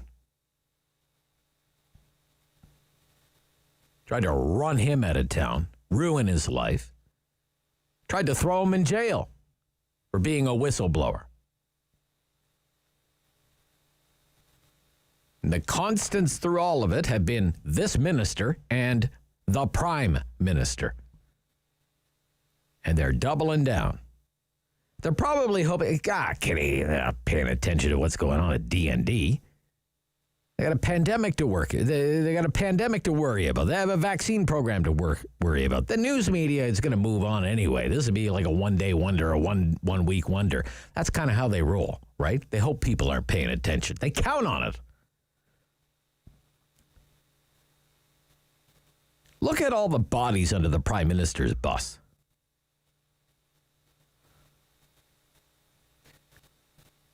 I mean, is this a functioning government when you think about it? Okay, it's a very long bus. We have no Governor General.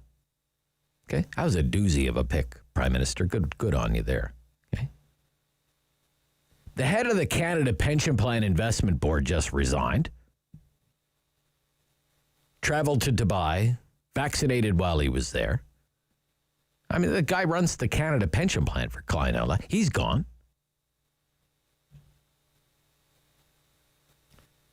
Bill Morneau, finance minister, second most prestigious post in cabinet, snared by the We Charity scandal. He was a walking conflict of interest from day one. The innovation minister, he's not running again. Baines, he stepped down. All sorts of questions remain about his job. Was he asleep at the wheel when it came to vaccine development, vaccine manufacturing? I mean, we're light years behind the United States and the United Kingdom, and everybody knows it. Then you have the justice minister, the attorney general. She's hustled out the door because she won't play along with the LAV scam and the SNC Lavalin scandal. She's followed out the door 2 years to the day now. She was Treasury Board president. She had been the health minister, Jane Philpott, for no other reason than she's supporting her friend, standing up for what is right, and she's not a sycophant. Clerk of the Privy Council, Wernick, takes early retirement. I mean, his job was only to run the entire civil service, right? Clerk of the Privy Council. And then you have that damning book from Selena Caesar Chavanis, right? Can You Hear Me Now? She's basically used as a prop. Token black woman, her words. And from time to time is treated to what? She's berated by an angry prime minister who is concerned about his image. It's a heck of a list for 5 years. You know, Stephen Harper maybe had a few blunders when it came to Senate appointments. This list doesn't even compare. They've only been on the job for 5 years. And the amazing thing is, if the election was today, Liberals in a landslide. Liberals in a landslide. Does Harjit Sajjan really deserve to be Minister of Finance? 750-1310. Dave, Ottawa. Dave. To the military, quick note on the vaccination program being back on track. Well, Rob, I don't remember that Trudeau ever admitted that it was off track. That's right. Yeah, it was never off track. It was never off track. I've never heard him say, we're looking after the vaccinations program that's on track and all those willing to get back on track with it. You know? Yeah. Now let's get to the military. Again, what a farce. You'd mentioned Norman just a few minutes ago. That's right, first Mark time Norman. You mentioned it today. I was going to toss that one in there. Yeah. But you're right. The whole thing is sick. And for Trudeau to say, well, he has total confidence, it's because he doesn't know what to say yet. Yeah. Now, I don't know if he's waiting for Gerald Butts to come into his office and tell him what to say. Right. But, should he resign? Right. Should Sajjan resign or be fired? What do you think? he should be fired. Not give him the chance to resign gracefully. Fire him. All right. Thank you, Dave. And we're not going to be finished with this. What happened to Admiral Norman, as you well know, and we all well know, was for the purpose of the election. And had that exploded at the time, it was right in the middle of an election campaign or pre-election. That's right. And we all know that. Yep. Good point. Very good point. Thank you. Thank you. So sparring at Queen's Park right now, Andrea Horvath and Doug Ford, about vaccines and the vaccine rollout. Speaker, my next question is to the Premier. Yesterday, the Premier said it's up to public health units to vaccinate folks in the most at-risk neighborhoods. So my question is, why is the Premier abandoning our COVID heroes? Premier? Actually, there's multiple people that are vaccinating out there. It's the hospitals, it's the PHUs, it's the private sector, it's all the pharmacies, and there's going to be a pilot with 500 pharmacies, and we're just going to build on that. There's 4,900 pharmacies, and within that group is in a lot of independent pharmacies. So it's all hands on deck, Mr. Speaker. Again, I'll repeat what I just said. We need vaccines from the federal government. We don't need these dribs and drabs of 180,000 here and there. We need millions of vaccines, and once we have them, I can assure you, we're going to get them out the door. And by the way, the vaccines we just received, I had an update yesterday, we're going to be out right across the province this weekend. So hopefully they're going to ship more vaccines. Supplementary question. Out of vaccines by this weekend? Well, Speaker, the Science Advisory Table clearly has told the government that the best plan is to get those vaccines into the arms of our COVID heroes in the highest risk neighborhoods in our province. That would prevent almost 4,000 new cases of COVID-19, and it would save 168 lives. In fact, Dr. Michael Warner said this. He recommended, and I quote, vaccinating higher risk populations sooner, which will reduce strain on hospitals, open up and save more lives. Why, once again, is this Premier ignoring the expert advice? Premier? So I'm just wondering, is the description of long-term care not vulnerable? Because we've basically immunized every single long-term care patient and the frontline healthcare workers. We're going to continue doing that, Mr. Speaker. There is something called parallel systems that you can actually vaccinate people with the AstraZeneca, and you can vaccinate people with Moderna and Pfizer. And by all means, if the Leader of the Opposition wants to sit down and get a little schooling on that, I'd be more than happy to do that for it. Speaker, here's the Premier's plan. Healthy 60-year-olds are going to get the vaccine before at-risk 70-year-olds and 50-year-old COVID heroes. Okay. Just listening into a little bit of the question period at Queen's Park again today. James, downtown. Good morning. Go ahead, sir. Morning, Rob. Yes, sir. Thanks for the great show. Yep. Yeah, of course the Sagan should resign. Like anyone with the one iota of ethics would agree. I mean, but this cabinet and the Prime Minister are not known for their strength in ethics. I mean, Sagan was buddies with the CDS, and that's why over in Afghanistan. So that's why I didn't want to hear any more about these allegations. There's actually another controversy that's kind of in D&D, which is not getting much press because of Sagan, and that's the Deputy Minister herself, Jody Thomas.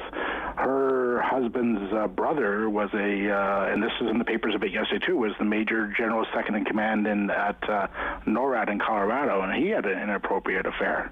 And she never reported that. She knew about it, and she never said, and D&D said that's not her job to report. So, and he's now been pulled from not going over to a NATO job in Italy.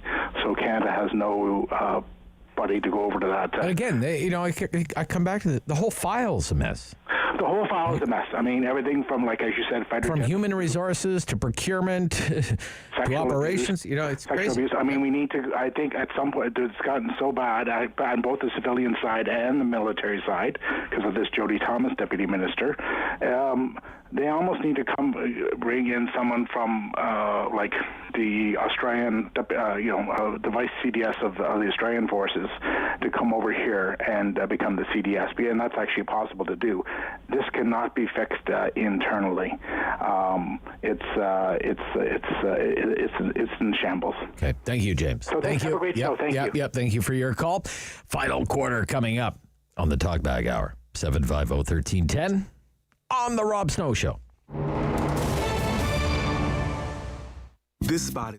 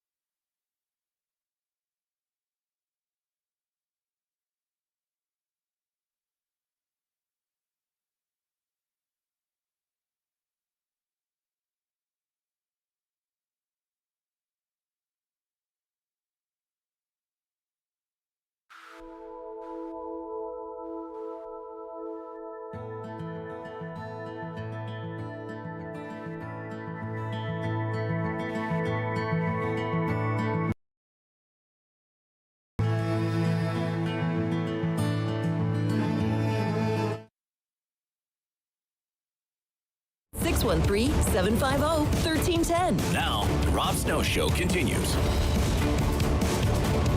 Down the stretch we come. Talkback Hour, City News. Number of topics. The political future, should there be one, for Harjit Sajjan, the Minister of Defense, given the explosive allegations, the news yesterday from the ex-military ombudsman that he took those allegations against General Vance to the minister 3 years ago, and the minister said, I don't want to hear about it. I don't want to hear about it. 3 years. 3 years they've known about that. Didn't do anything about it. Should that be the end of Minister Sajjan's time as the Minister of National Defense? Cindy in Canada. Morning, Cindy. Hi. Hi. No, it's his son, but it's not because he wasted money. It's not because he's unethical. It's not because he allowed illegal things to happen. It's because he can't explain it if there's an election. That's all. That's all they care about. So he's gone. Okay. You think he's going to be gone? Oh yeah, he has to be gone because if he wants to call it an election, he can't endorse that kind of behavior. I see. Okay. Well, we'll see. That's the only reason that he would even look at this as a problem. Oh, okay. All right. So you think his days are numbered? Oh, yeah. Yeah, okay. Politically, but not for any real belief or... Oh, I see. No, it's not because they're committed to any kind of cause or anything like that. No, their cause, that's it. Okay, their cause, yes. Okay, their own self-interest, their own political self-interest. Yeah. Gotcha. All right, Cindy, thank you. Always good. From Canada, 750-1310. Another thing that we're talking about is the vaccine program. We always talk about that here on the Rob Snow Show, it seems. Is it back on track? Mr. Trudeau said, well, it's always on track. It's always been on track. It was never off track. But now I just hear more often than not, it's back on track. It's back on track. Is that your impression of it? The numbers are getting better. There's no doubt about it. The numbers are getting better. Would you say it's back on track? Let's take a look at the numbers. I always like to keep an eye on the data. It's kind of hard to argue with data, right? See what kind of progress we're making. See how we compare with, say, our peers. Better days are ahead. That's what we keep being told. So I've been looking at two sources, ourworldindata.org. Oxford University helps update that on a daily basis. Surely to goodness we could trust the fine academic. The Bloomberg Vaccine Tracker is another one. So according to ourworldindata.org, one metric used there is vaccine doses per 100 people in the population. And in Israel, vaccine doses per 100 people in Israel, the number is 96. 96. In Canada, we haven't even hit 6, let alone 96. But nevertheless, Israel still leading the world. And then it's the United Arab Emirates, 61.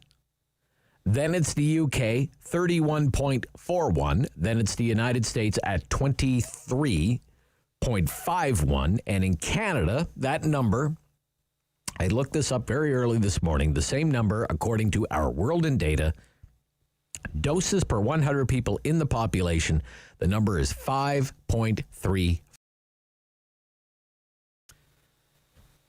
5.35 out of 100. So it is a slight improvement. It's an improvement, okay? It's not exactly a world beater. And we still are behind such countries as Bahrain, Chile, Serbia, Switzerland, Poland, Romania, Morocco, Spain, Germany, Italy, France. And then there, Our World in Data compiles the big raw number, total doses. How many doses? Source says the United States leads the way there with more than 78 million doses administered. 78 million. The UK, 21.3 million. Some others, India, 15.6 million, Turkey, 9 million, Brazil, 8.8 million, Israel, 8.3, Germany, 6.6 million, UAE, 6 million, France, 4.6, Italy, 4.5, Canada, 2 million, 2.02 million. In 80 days, it has been 80 days of vaccinations in Canada. December 14th, we did the first vaccinations in Canada. You remember Mr. Trudeau went to the Ottawa hospital, got his picture on television. In 80 days, we've done 2.02 million doses. So then you go over to the Bloomberg Vaccine Tracker and you read that the United States, according to the Bloomberg Vaccine Tracker, is now averaging 2 million doses every single day.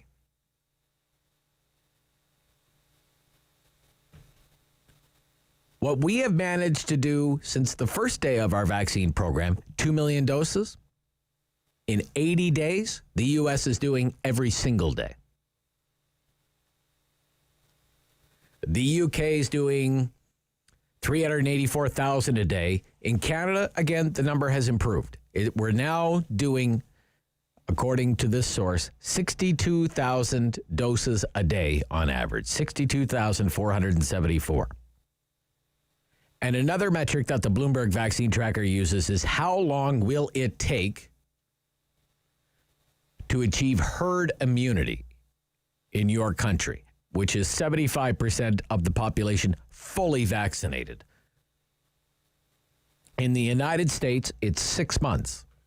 In the United Kingdom, it's 6 months. In the United Arab Emirates, it's 5 months. In Israel, it's now 2 months. In Canada, it's 2.3 years as of this morning at current vaccination rates.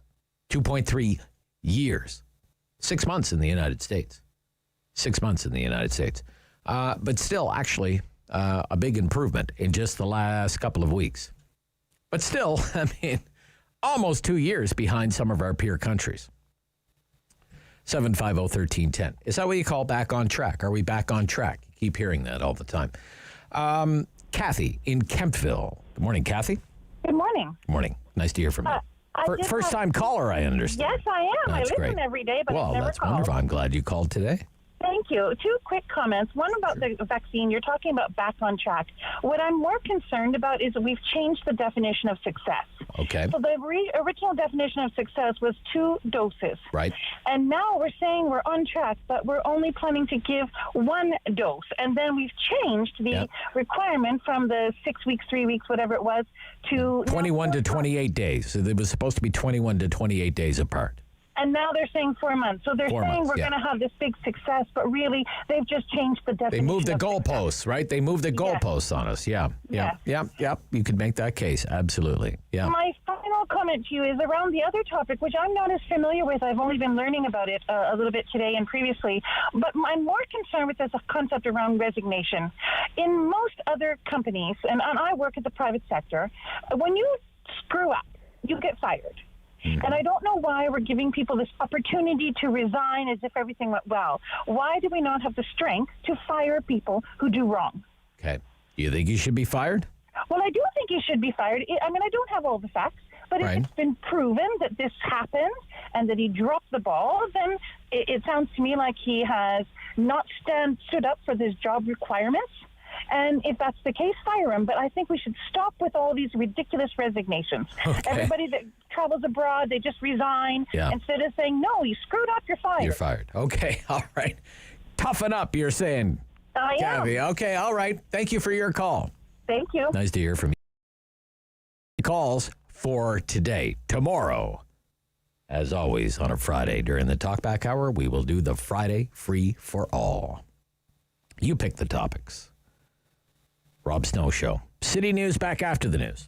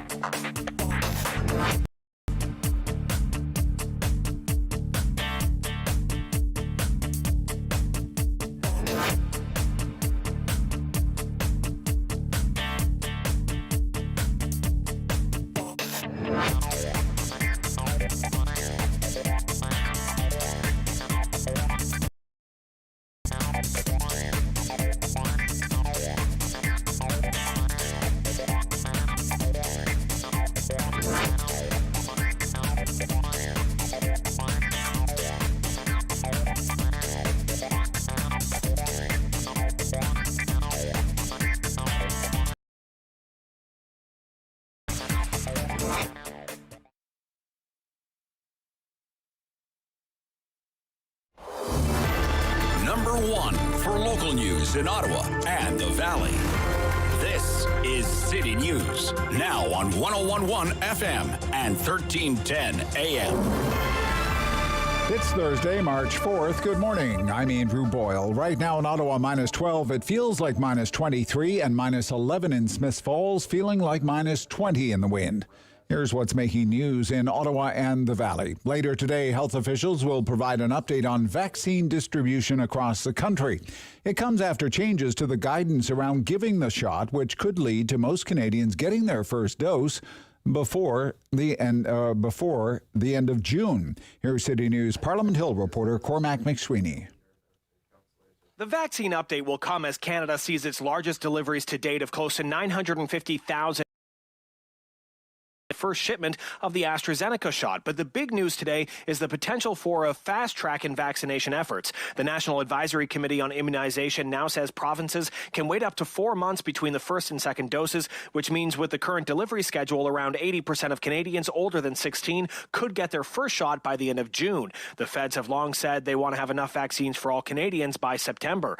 That calculation doesn't take into account the possible approval of the single-dose Johnson & Johnson vaccine. The green light could come in weeks. Meanwhile, Canada's premier is holding a news conference later today, expected to call on the federal government for more health care funding. It will come ahead of the spring budget, in which we're still waiting for an official date. Cormac McSweeney, Parliament Hill. City News time 11:02. The province has released the daily figures for new COVID infections. There are under 1,000 again at 994, and this comes from just under 65,000 tests.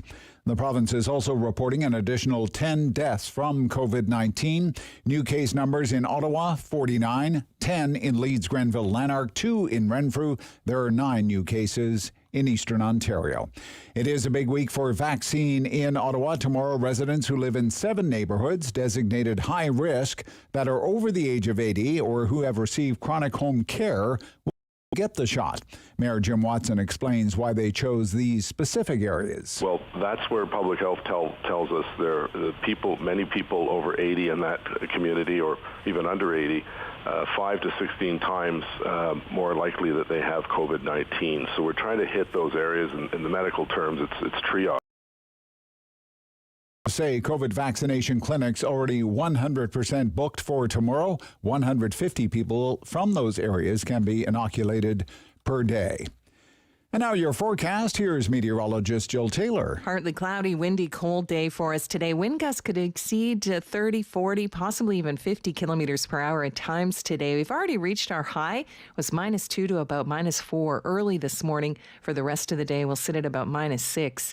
For tonight, cloudy, -14 will feel like -25. For today, already reached the high for the day. For the rest of the day, -6. And right now in Ottawa, -12, it feels like -23. In Smith Falls, -11, it feels like -20. City News time, 11:03. 3, 2, 1, ignition. We have liftoff. Now that was the good part. A full-scale prototype soared more than 9 kilometers after lifting off from the southern tip of Texas yesterday for SpaceX. It ascended horizontally, flipped upright just in time to land. Then it exploded and was hurled into the air by the force. A shallow, powerful 6.9 magnitude earthquake that struck off northeastern coast of New Zealand has triggered a tsunami warning there. No immediate reports of serious damage or injury. That quake was centered about 180 kilometers northeast of the city of Gisborne. Residents reported light to moderate shaking. I'm Andrew Boyle. For News Anytime, follow up online at ottawa.citynews.ca. The world is changing. So keep up with Rob. The Rob Snow on Rogers TV and City News, 101.1 FM and 1310 AM. Going to talk about some business up the line. Vaccine rollouts, broadband internet with Debbie Robinson, the warden of Renfrew County. Good morning. How are you today? I'm good. How are you today? I'm great. Thank you very much. Glad to hear it. How would you describe the vaccination program in Renfrew County? How is it going? It's definitely gearing up. It's very positive. There's new information coming every day. In the county of Renfrew, our healthcare sector has really banded together and collaborated. Because, I mean, we are a rural and a small urban area, so there are challenges to get the vaccine out there for everyone as we, the priority list, we move down the priority list, but it's going very, very well. Very pleased with it. What are some of those challenges that you speak of? Well, I think challenges are there are people who, are confined to their home, either by illness or by lack of transportation. Transportation is a huge issue for rural Ontario. Certainly, Renfrew County isn't any different. So, being able to create mobile clinics will be essential. The larger urban areas, there's all kinds of planning in place. Certainly, the Renfrew County Virtual Triage and Assessment Center will be part of the process as well. So I'm feeling very, very positive about how pivoting to make this happen.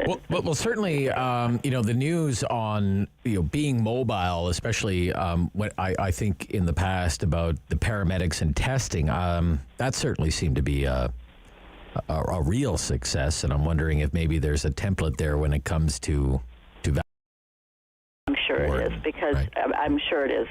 Again, I'm not directly involved in any of the behind-the-scenes preparation work, but the mobile clinics were, highly successful and part of the overall public health approach to COVID-19 and now to the vaccinations.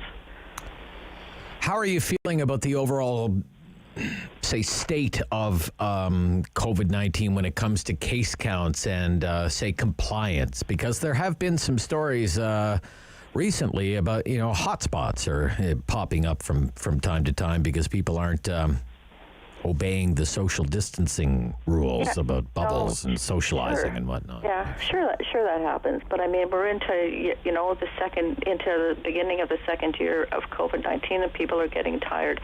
When we look at our numbers throughout the county of Renfrew, we've been absolutely incredible. We've done everything we've had to do. Sure, the numbers have gotten a little high in the recent few weeks, but I think that's just an ebb and flow in what's happening here. I don't think that's going to be something that we're going to see frequently. I think people, some people made a mistake. We'll fix it and we'll move on. Okay. So all in all, you're pretty optimistic about things, it sounds. I am very optimistic. Okay, yeah. That's good. Okay, the Eastern Ontario Regional Network is counting on ultra-fast gig internet in the region. It's submitted a proposal to the federal government for funding for a $1.6 billion project. A little bit more about this. I'm very curious. It's a big issue for people in small town, more rural parts of Canada. Oh, absolutely. So the Eastern Ontario Wardens Caucus, which I am the chair of, we represent, along with the Eastern Ontario Mayor's Caucus, 113 municipalities in Eastern Ontario. At this time, there's probably, I guess we could say, 65% of the population have access to broadband, but at varying degrees. Yeah. There's some people that have fairly decent broadband, and then there's people who barely have any.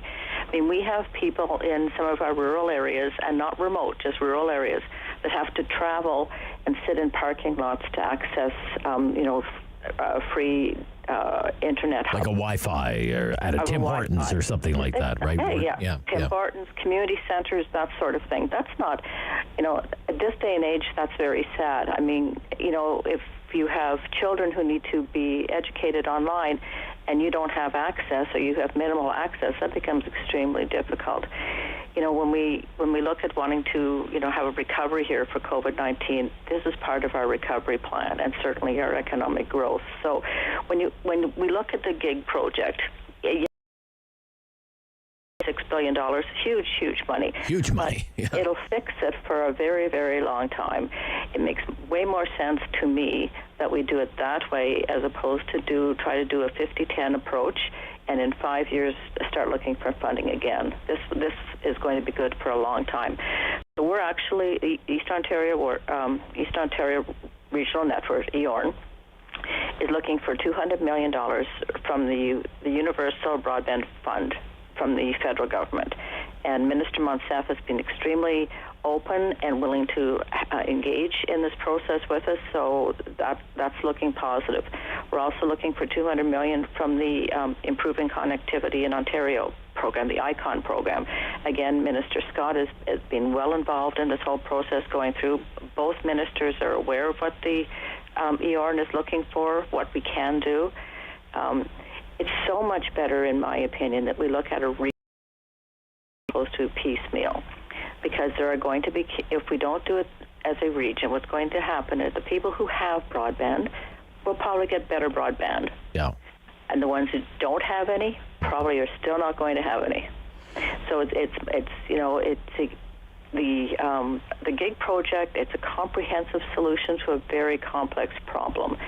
And you know, when we talk about what's happening, you know, we look at housing prices and that sort of thing. People are coming out of the city and want to live into urban area or rural areas. You know what? This is so important to us in you know, in County of Renfrew and Eastern Ontario. We want that growth. We need that growth. This is an opportunity. But people, you know, are realizing that they can live and play and work in a rural setting. But if we can't provide them with reliable, affordable broadband, we're going to lose out. And that would be very unfortunate. I mean, don't you think the pandemic has been like a huge wake-up call, Warden, for a lot of people who have found themselves either working from home or trying to educate their children at home, and it's just without adequate broadband, it's next to impossible. You're not connected to society. That's it. And I don't know if it's a wake-up call, because I'll tell you, those families that knew that they were, before the pandemic, were going to have their kids learning online, they already knew there was going to be a problem. Right. You know, so it's just made it more, put it more in the public eye, I believe. Okay. Yeah. You know, so we really have to do something, and then I do believe that the GIG project is the way to go. Big money, absolutely, but you know, besides the $400 million that we're asking for from the federal government and the provincial government, the rest of that money is going to come from a private partnership with a telecom provider and funding from the Canada Infrastructure Bank. This I know it sounds like enormous. You know, I mean, when we think back, $1 million a year, you know, years ago we thought we were rich if we made $1 million. That's nothing anymore. We can do this, and we have to do it for Eastern Ontario. What kind of time frame are you looking at here?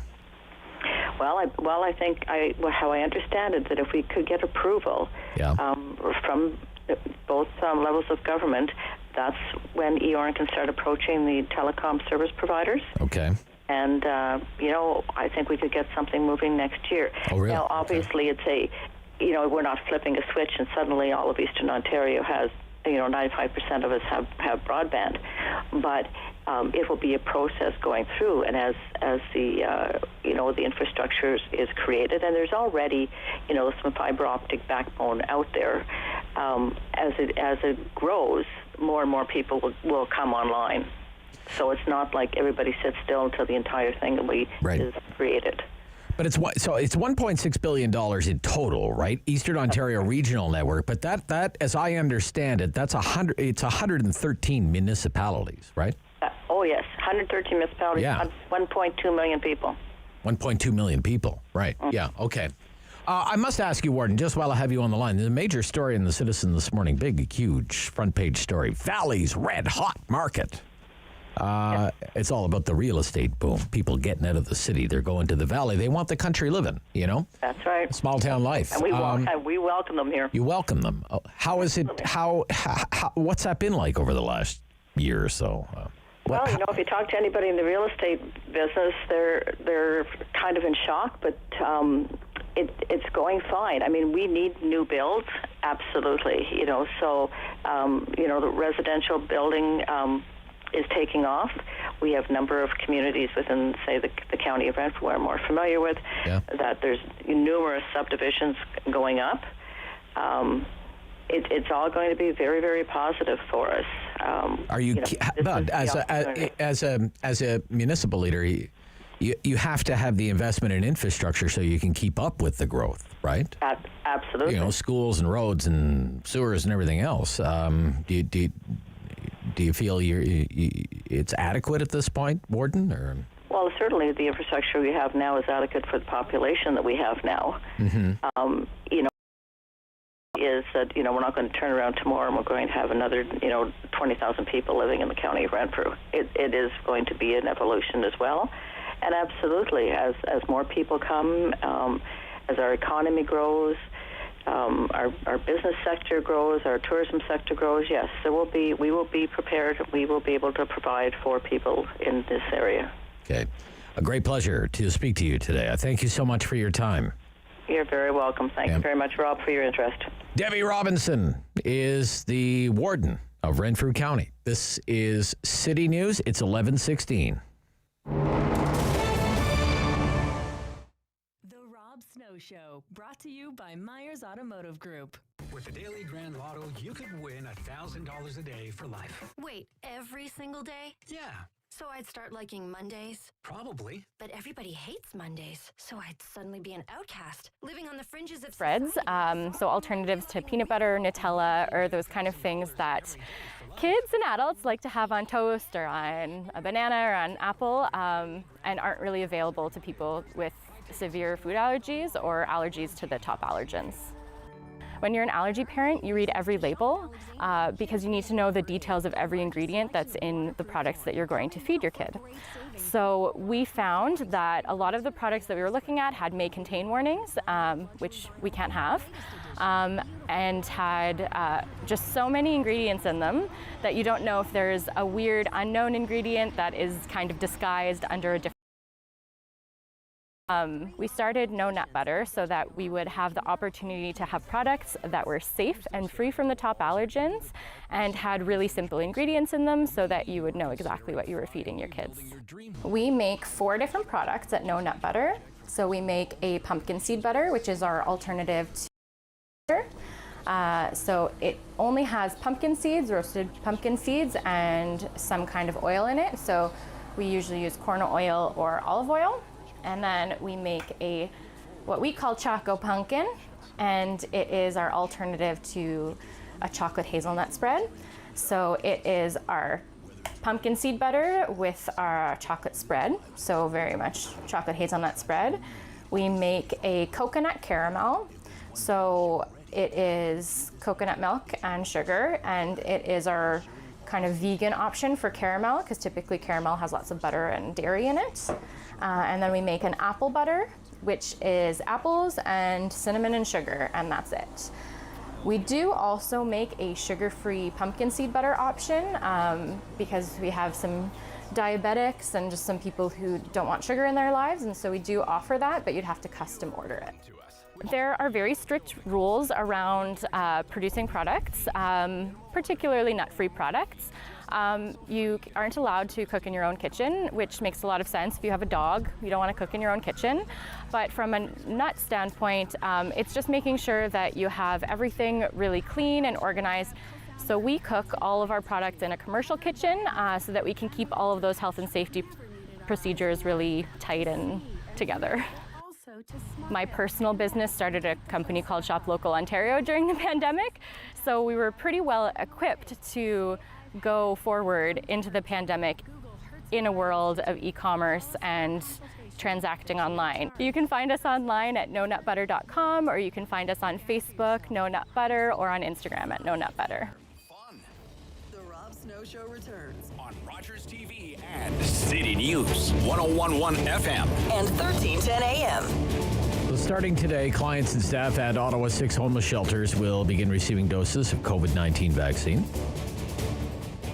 And we are joined this morning, and it's great to have her back from Inner City Health. We have Wendy Muckle on the line. Good morning. Good morning, Rob. Yeah, how are you? I'm good. This must be an encouraging day for you. It's a bright light. Yeah, it's been a long year. Yeah. Why do you say that? Why do you say? Well, I mean, we opened our isolation center for COVID on March the 16th, so we're almost coming up on a year. We did well for the first part of the year, but after we had a major outbreak in January, it's just been a steady diet of testing, isolating, isolating. And, it's clear that it's not going to stop, that our only way to get out of this situation that we're in is to vaccinate. And so today is the first of quite a number of vaccination clinics that'll be taking place over about the next 2 weeks, about 10 days to 2 weeks to get everybody vaccinated. Okay. How many people in all do you figure? We think that there'll be about 800 people that'll choose to be vaccinated. So far, we've been going through that process this week of asking people to consent and going through the screening that they need to do to sign their consents. And we're pretty pleased so far with the uptake, and we're really confident that as the vaccine starts rolling out and people see other people getting vaccinated, that we're going to see even more people coming to want to be vaccinated. Do you run across hesitancy? People who say, no, I'm not interested, Well, yeah. I mean, some people haven't really even heard about it because they're not, tiled into the mainstream media. Okay. Other people have heard, they're being treated to the conspiracy theories, which are, rampant in our systems. And, then we also have a significant part of our population of people who have experienced institutionalization and systemic racism and abuse from the medical system over their lifetime and within their communities. And so they're naturally suspicious about this vaccine and about, what's being done to them. So a big part of our work is really having that conversation with people about explaining what is happening and answering the questions that they have, because sometimes the questions that they have or the concerns that they have are not necessarily what you would think. So, people will say, like, I'm not taking the vaccine from those people, but I'll take it from you. So it's really a matter of building that trust or, being able to move forward based on the fact that they are. Okay, so when it comes to vaccinating the shelter population, is there kind of like a subroutine of priority people? Can you give me a sense of that? Well, anybody who is staying in a shelter that's in an outbreak right now is eligible to be vaccinated. So we're not vaccinating all of the shelters. We're just doing the ones that are in outbreak, which is all the adult shelters. But we're not, the youth shelter will come later. The family shelters will come later. They were scheduled already to be in phase 2, and they will remain in phase 2. This is really just for people who are being impacted by the outbreak itself. So, and all of those people are equally eligible. Everybody's eligible. And at some point, we're not just having one big clinic. We'll be having small clinics a couple of times at each of the shelters so people can get the chance to get their vaccine. Right. And the staff? It's the same for the staff? Yes, staff are also being vaccinated. But again, not all the staff are being vaccinated. So only the people that are working on the front lines consistently day in, day out with the people who are in outbreak. And what kind of jobs would those be? Like caseworkers or? So the frontline shelter staff, the people that operate the shelters, the cleaners are very high risk, because they go throughout the whole shelter cleaning. So those are the main people that are being vaccinated. So again, it's a subset of the population. But basically, if you can, if you don't need to wear PPE for your whole shift, if you could work from home, if you can, if you're not really truly on the front lines 24 hours a day, then you'll have to be vaccinated in the high priority group. You're not going to make it into the highest priority. So everybody's getting vaccinated. It's just that some people are getting vaccinated in the next 2 weeks, and some people are going to be vaccinated after that. Okay. Gosh, when I would go by a place like the Shepherds or the Mission, and you see how people congregate outside and whatnot, over the last year, I've thought to myself, if this gets in there, it's going to kill people. I know there have been outbreaks, but for the most part, this is just my own impression. Correct me if I'm wrong. It seems to have the shelter system itself seems to have held up pretty well, resisting COVID-19. Well, it held up well for a long time. For 10 months, it held up really well. We had a really robust system, which is still in place, but we screen everybody every day for symptoms. If they have symptoms, they're removed from the shelter, they're tested, and they can't go back into the shelter. Where do they go? They go to we have an isolation unit. Isolation. Yeah. So we have an isolation unit for people who've been tested, waiting for their results, and we have a second isolation unit for people who've tested positive that are their isolation period. And that worked really, really well for us. And we did see cases, of course. We saw cases in clients and in staff, but we never saw any transmission. So, yes, people were getting COVID, but they weren't spreading it to anybody else. That system was really robust and it worked really well. The problem was in January, we got asymptomatic transmission, and there's no protection against asymptomatic transmission except space. And in January, of course, it's cold. The shelters are the most crowded that they are during the whole year. And so asymptomatic transmission, got into the shelters and just spread like wildfire. And we don't really have any we do this thing of mass testing. Like we go into a shelter, we test everybody, but you can't do that every day, obviously. And frankly, the clients are tired of it. Some of the clients have had more than a dozen COVID tests.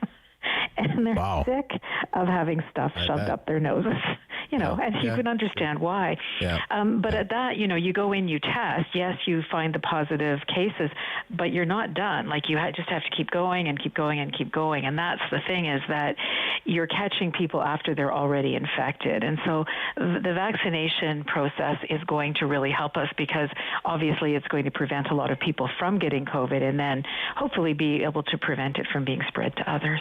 And I would suspect, I'm not making this assumption, but they would have, among the shelter population, you would have people with chronic health conditions, right? Yes, Poor health, I would suspect. Yeah, and elderly people. I think people might be surprised. I mean, I think the oldest person we've had in our COVID isolation unit, who actually had COVID, is 94. So not young people. 94? Yeah. Living in a shelter? Yeah. Yeah. I don't think people realize that there are very elderly people living in shelters, but of course there are. Holy cow, I had no idea. 94 years old living in a shelter. That's terrible. Well, the same thing is, it was such a big surprise to people at the beginning of COVID when they realized that people who have jobs live in shelters. Well, yeah, with the long-term care workers. Yeah, lots of long-term care workers, live in, at the beginning of COVID. So, there's lots of things. People, I think, make assumptions about who is in shelters and who becomes homeless in our community. And some of it's true, but lots of it's not. Okay. Well, to better days, Wendy Muckle. Okay, thank you. At the end of the tunnel. Yeah, thank you. Thanks, Rob. Yeah, from Inner City Health CEO there, Wendy Muckle. Coming up, Randall Denley, post-media columnist, writes for the Ottawa Citizen and the National Post, and James Bezan. He is the defense critic for the Conservative Party of Canada, the official opposition, in the final half hour of the Rob Snow Show here on City News. The Rob.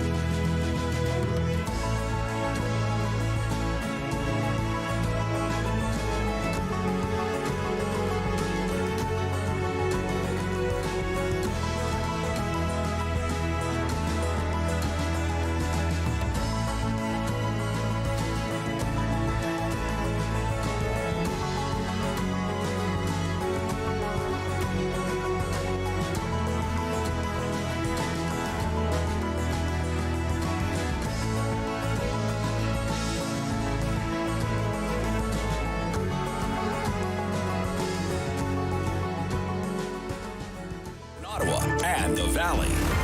This is City News, now on 101.1 FM and 1310 AM. Good morning. It's Thursday, the 4th of March. I'm Sarah Buchan. Right now, sunshine. Chilly, though. Minus 12 with a wind chill, minus 22. Some sunny skies in Smiths Falls, and minus 11 with a wind chill of minus 20. Here's what's making news right now. Provincial health officials report 49 new cases of COVID-19 in Ottawa out of 994 new cases province-wide. The province is also reporting 10 more people in Ontario have died after contracting COVID-19. Today's figures out of over 65,000 tests. Elsewhere, locally, 9 new cases in Eastern Ontario, 10 for Leeds, Grenville, Lanark, and 2 in Renfrew County. Public Health Ontario has also confirmed a second case of the South African variant of COVID-19 in Ottawa.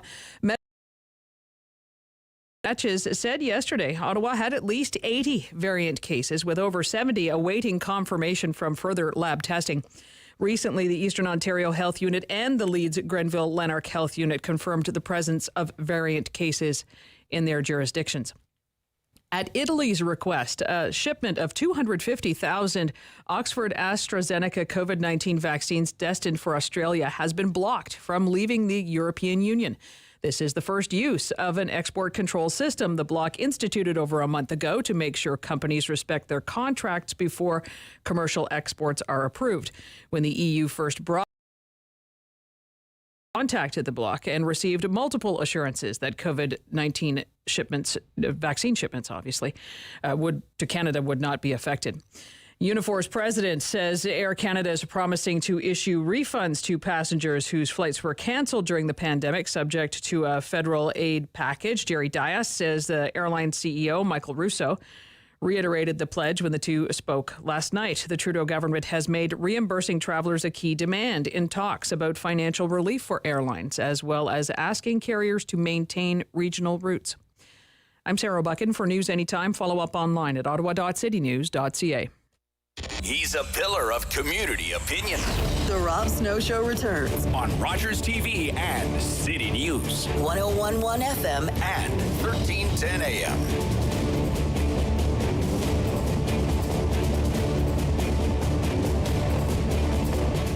Author and columnist Randall Denley is back with me on the Rob Snow Show this morning. Good morning. Good morning, Rob. Yeah, it's great to hear from you.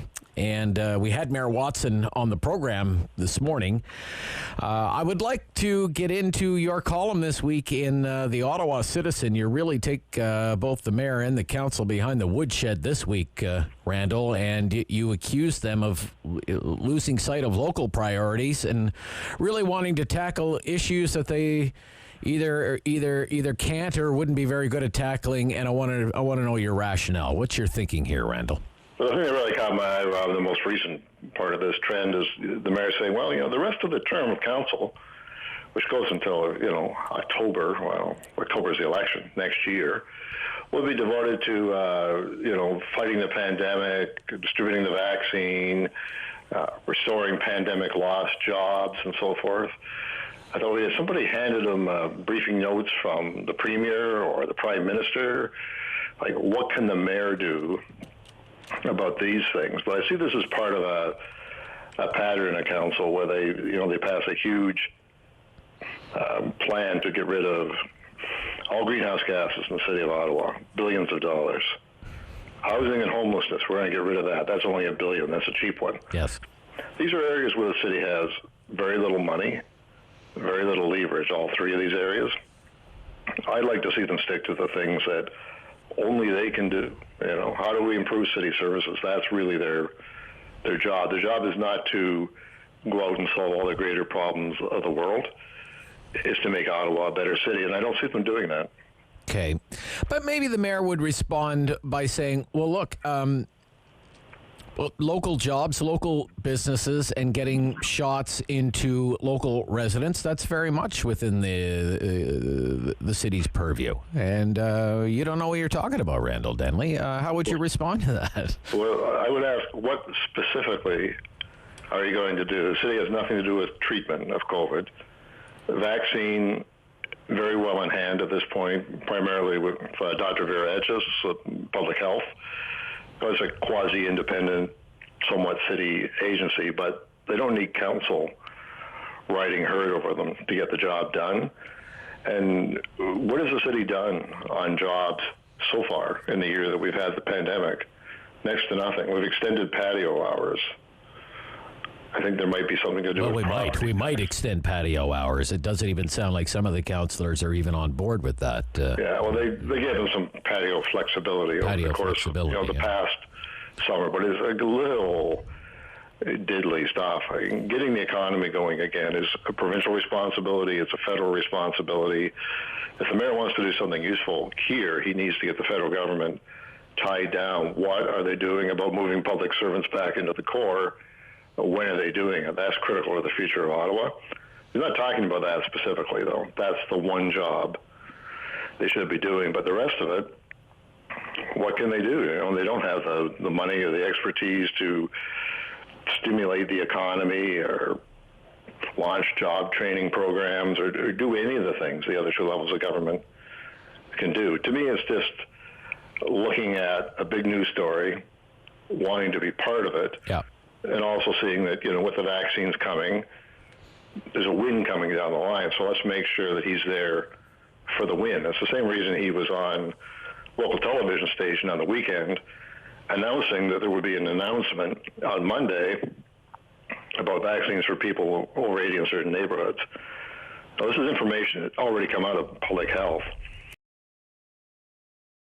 So he wasn't telling people anything new. He just wanted to be seen on television talking about it. And it's a big distraction, in my opinion, because their record on nitty-gritty city issues is not great.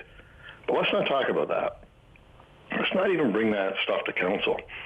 Let's just talk about this other thing. Yeah. Well, anything that isn't to do with their job. Yeah. Well, what would be some examples where you say that their record on the nitty-gritty local stuff is not good? You highlight a couple of them, and I think you're right on the money. Roads. The roads are the most valuable asset that the city has, the road network.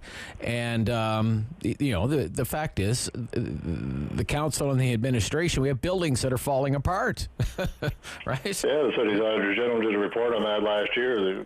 $500 million in overdue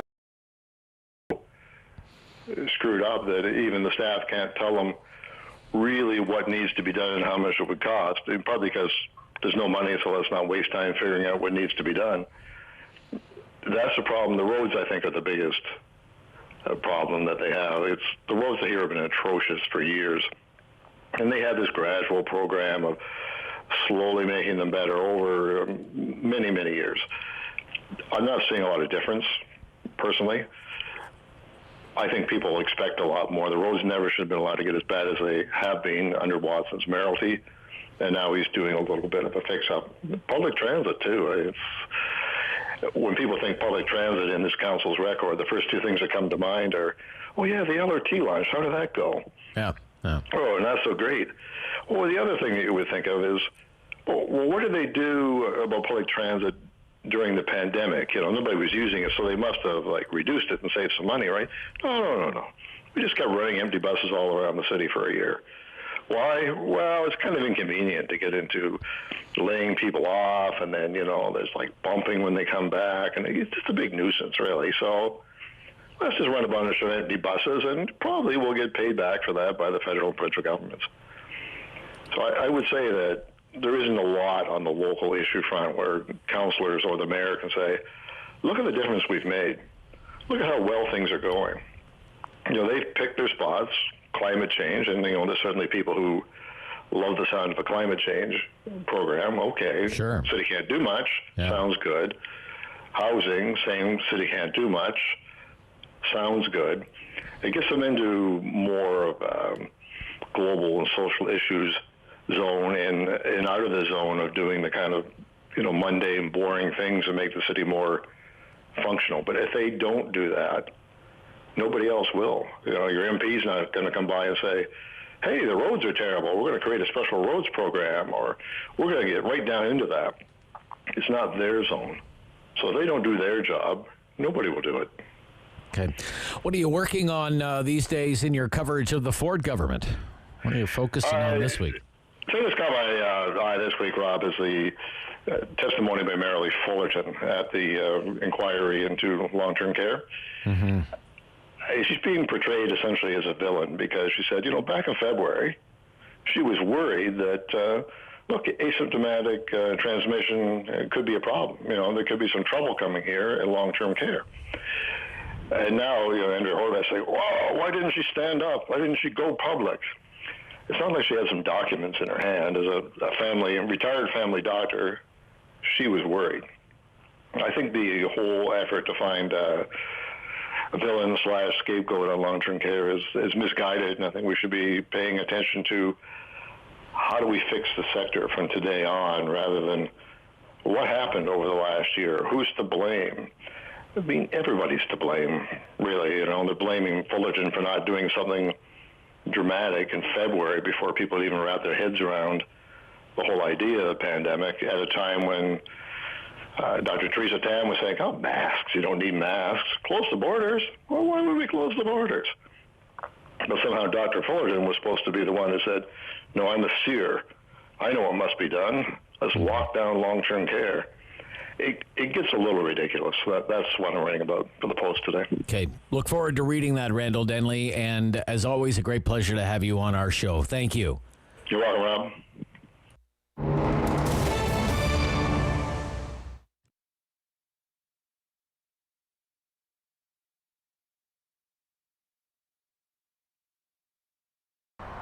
Well, we're celebrating our 43rd year. It's still family operated. We're in our second generation. We, pre-COVID, we're at about 1,000 employees. We have 20 stores from coast to coast in Canada. We do our own manufacturing. Right here in Ottawa, we have about 160 people that support Canadian-made manufacturing in addition to our retail stores. Taking you back to mid-March and the impact of the pandemic on Lee Valley. Lee Valley was actually in a tough spot. We had just launched our website a few months prior to that, and we were going through, a fairly typical deployment dive where your customers retract as they adjust to the website. And then under stress already, this pandemic hit.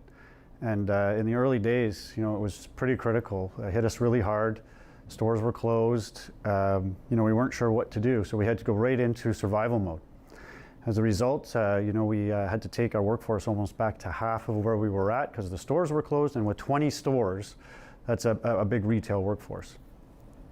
But what we were able to do pretty quickly, with a little luck, being essential, selling tools and hardware, we were able to adjust our business model, with respect to the stores and our fulfillment operation.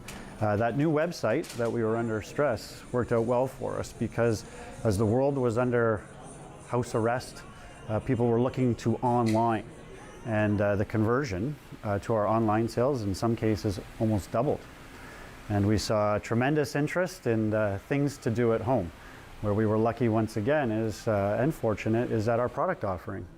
Work at home tools, craft, hobbies, backyard, container gardening, you name it. What we sold was really appealing to people.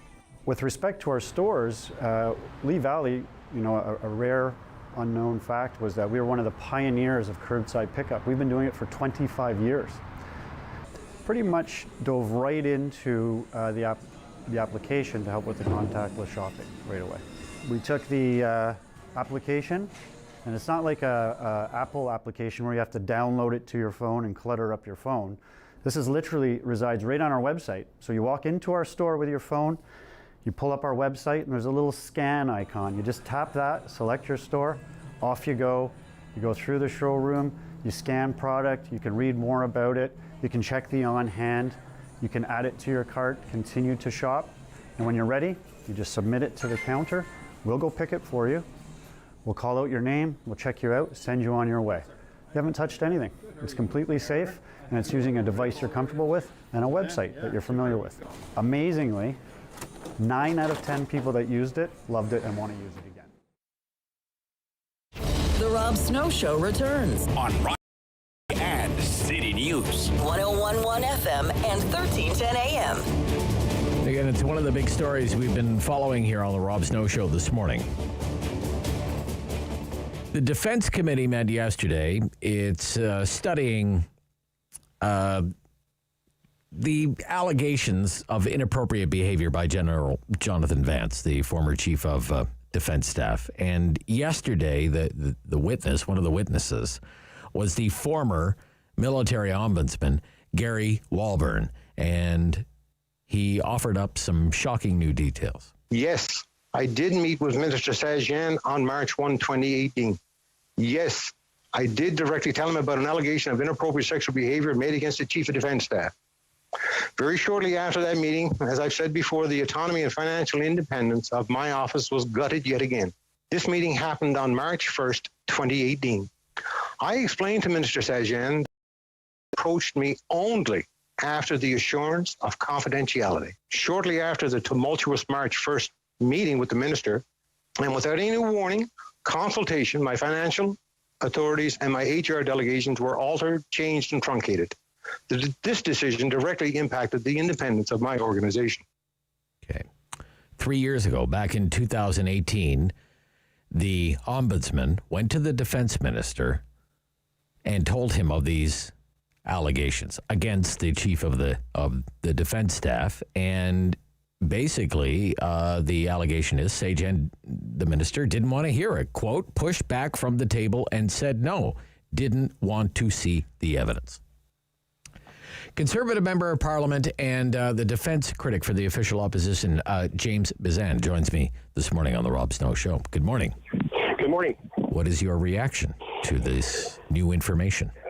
Well, I can tell you that I think everyone is angry about the problems, the ongoing and serious problems that have occurred in the Canadian Armed Forces and the Department of National Defence because of these allegations against General Vance and now Admiral MacDonald. But yesterday's testimony, everybody's blood boiled to know that our Defence Minister, Harjit Sajjan, was told about sexual misconduct by General Vance 3 years ago, and he sat on his hands. That is not leadership. That is an abdication of his duties as Minister of Defence, who's in charge of the management and the conduct of the Canadian Armed Forces. The Chief of Defence Staff reports directly to him. And so when he got these allegations, he did nothing. So instead of him spreading the mantra, the empty words of zero tolerance, he should have actually taken some concrete action, asked the defense Chief of Defence Staff, General Vance, to step aside and have a proper investigation. But he chose not to even look at the evidence that Gary Walburn tried to present. That is just so disheartening, disappointing, and disgusting for every woman and man in uniform who serve our country so proudly. So again, I want to get a little bit more into this. What do you think, when the ombudsman went to the minister, what would have been the right course of action for the minister to take at that point? So the minister had lots of levers, and this is what Gary Walburn was looking for, was some guidance of how he should address this with the complainant. She was victimized. She didn't want to be re-victimized, and so she asked for confidentiality. And so he was prepared to share that with the minister and nobody else. And she was hoping that the minister would first and foremost protect her, so that she wouldn't be subject to disciplinary action by the chain of command, because it would come down from General Vance. She wanted to make sure that there was a fair and full independent investigation into the allegations. So Minister Sajjan had the opportunity to pull the lever on asking the Chief of Defence Staff to step aside, and then have the Canadian Forces National Investigative Service do a full investigation into these allegations. Or he could have started a board of inquiry under the Section 45 of the National Defence Act, and he didn't do that. He could have brought in an outside agency, such as either a police organization or others, to come in to do that investigation. But instead, he covered his eyes and his ears and didn't want to see or hear anything. That is just terrible conduct. And so Justin Trudeau needs to answer the question is, how can he approve and continue to show confidence in Minister Sajjan as a member of his cabinet? Justin Trudeau says that he is the feminist prime minister, yet he's supporting a minister who turned a blind eye to a member of the Canadian Armed Forces in need because of sexual misconduct. James Bezan is our guest. He's the critic for national defense for the Conservative Party of Canada, the official opposition.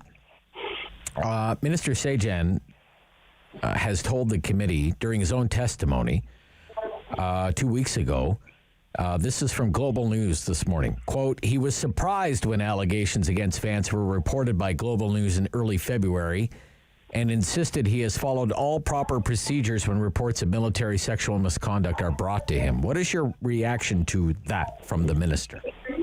Well, I think Minister Sajjan was surprised that it would all be public information. He wasn't surprised about the allegations because he knew about the allegations. These are different allegations that came out that he saw back in March of 2018.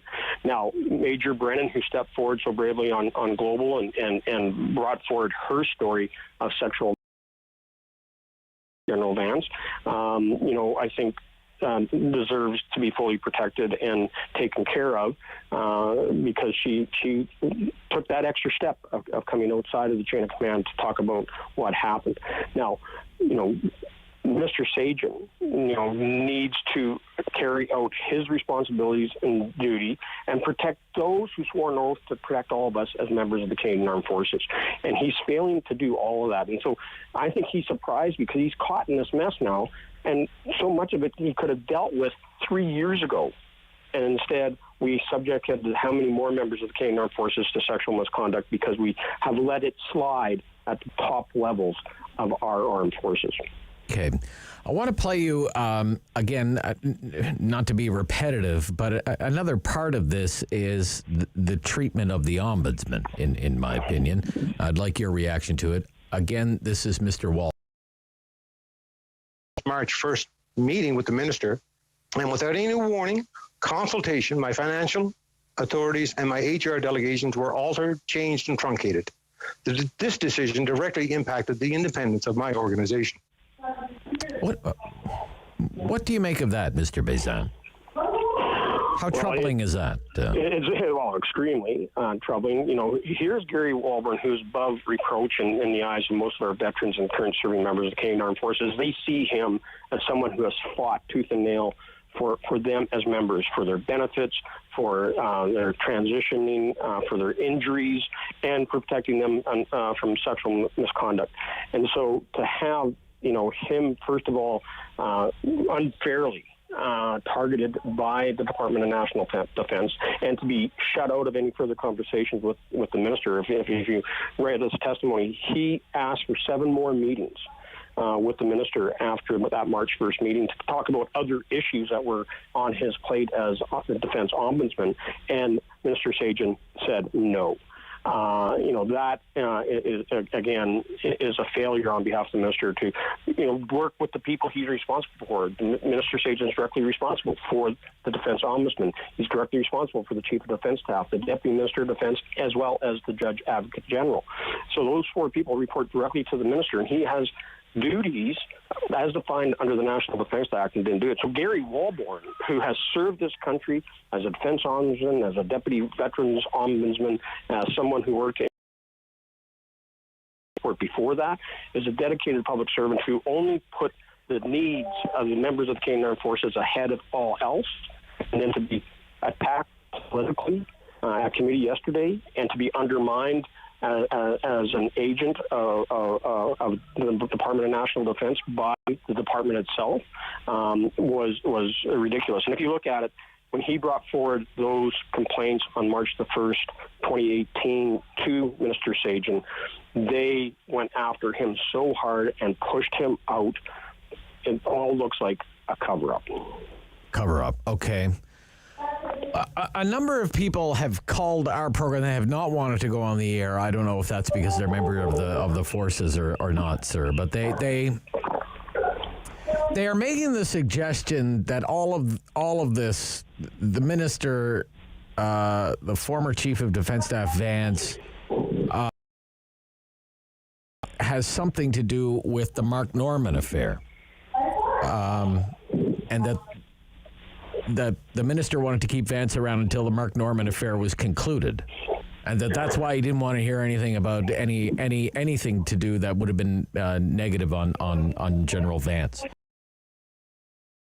Anyway, is linked to what the government was trying to do to the former Vice Admiral at the time. It's interesting to look at the language coming from Justin Trudeau and Minister Sagen regarding Mark Norman at the time. They believed that he was guilty even before an investigation was started. It's also interesting to point out that the formal investigation and charges against Mark Norman came just days after the allegations on General Vance were presented to the minister by Mr. Walborn. So there is a lot of coincidences here.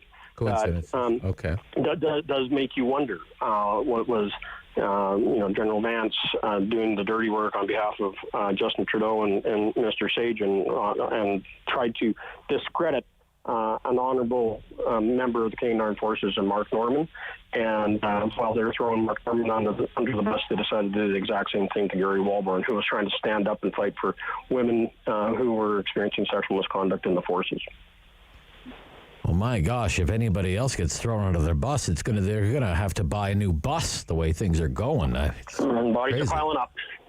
Incredible. What do you want to know now after what you heard yesterday? Well, we're going to need to have Minister Sagen back at committee.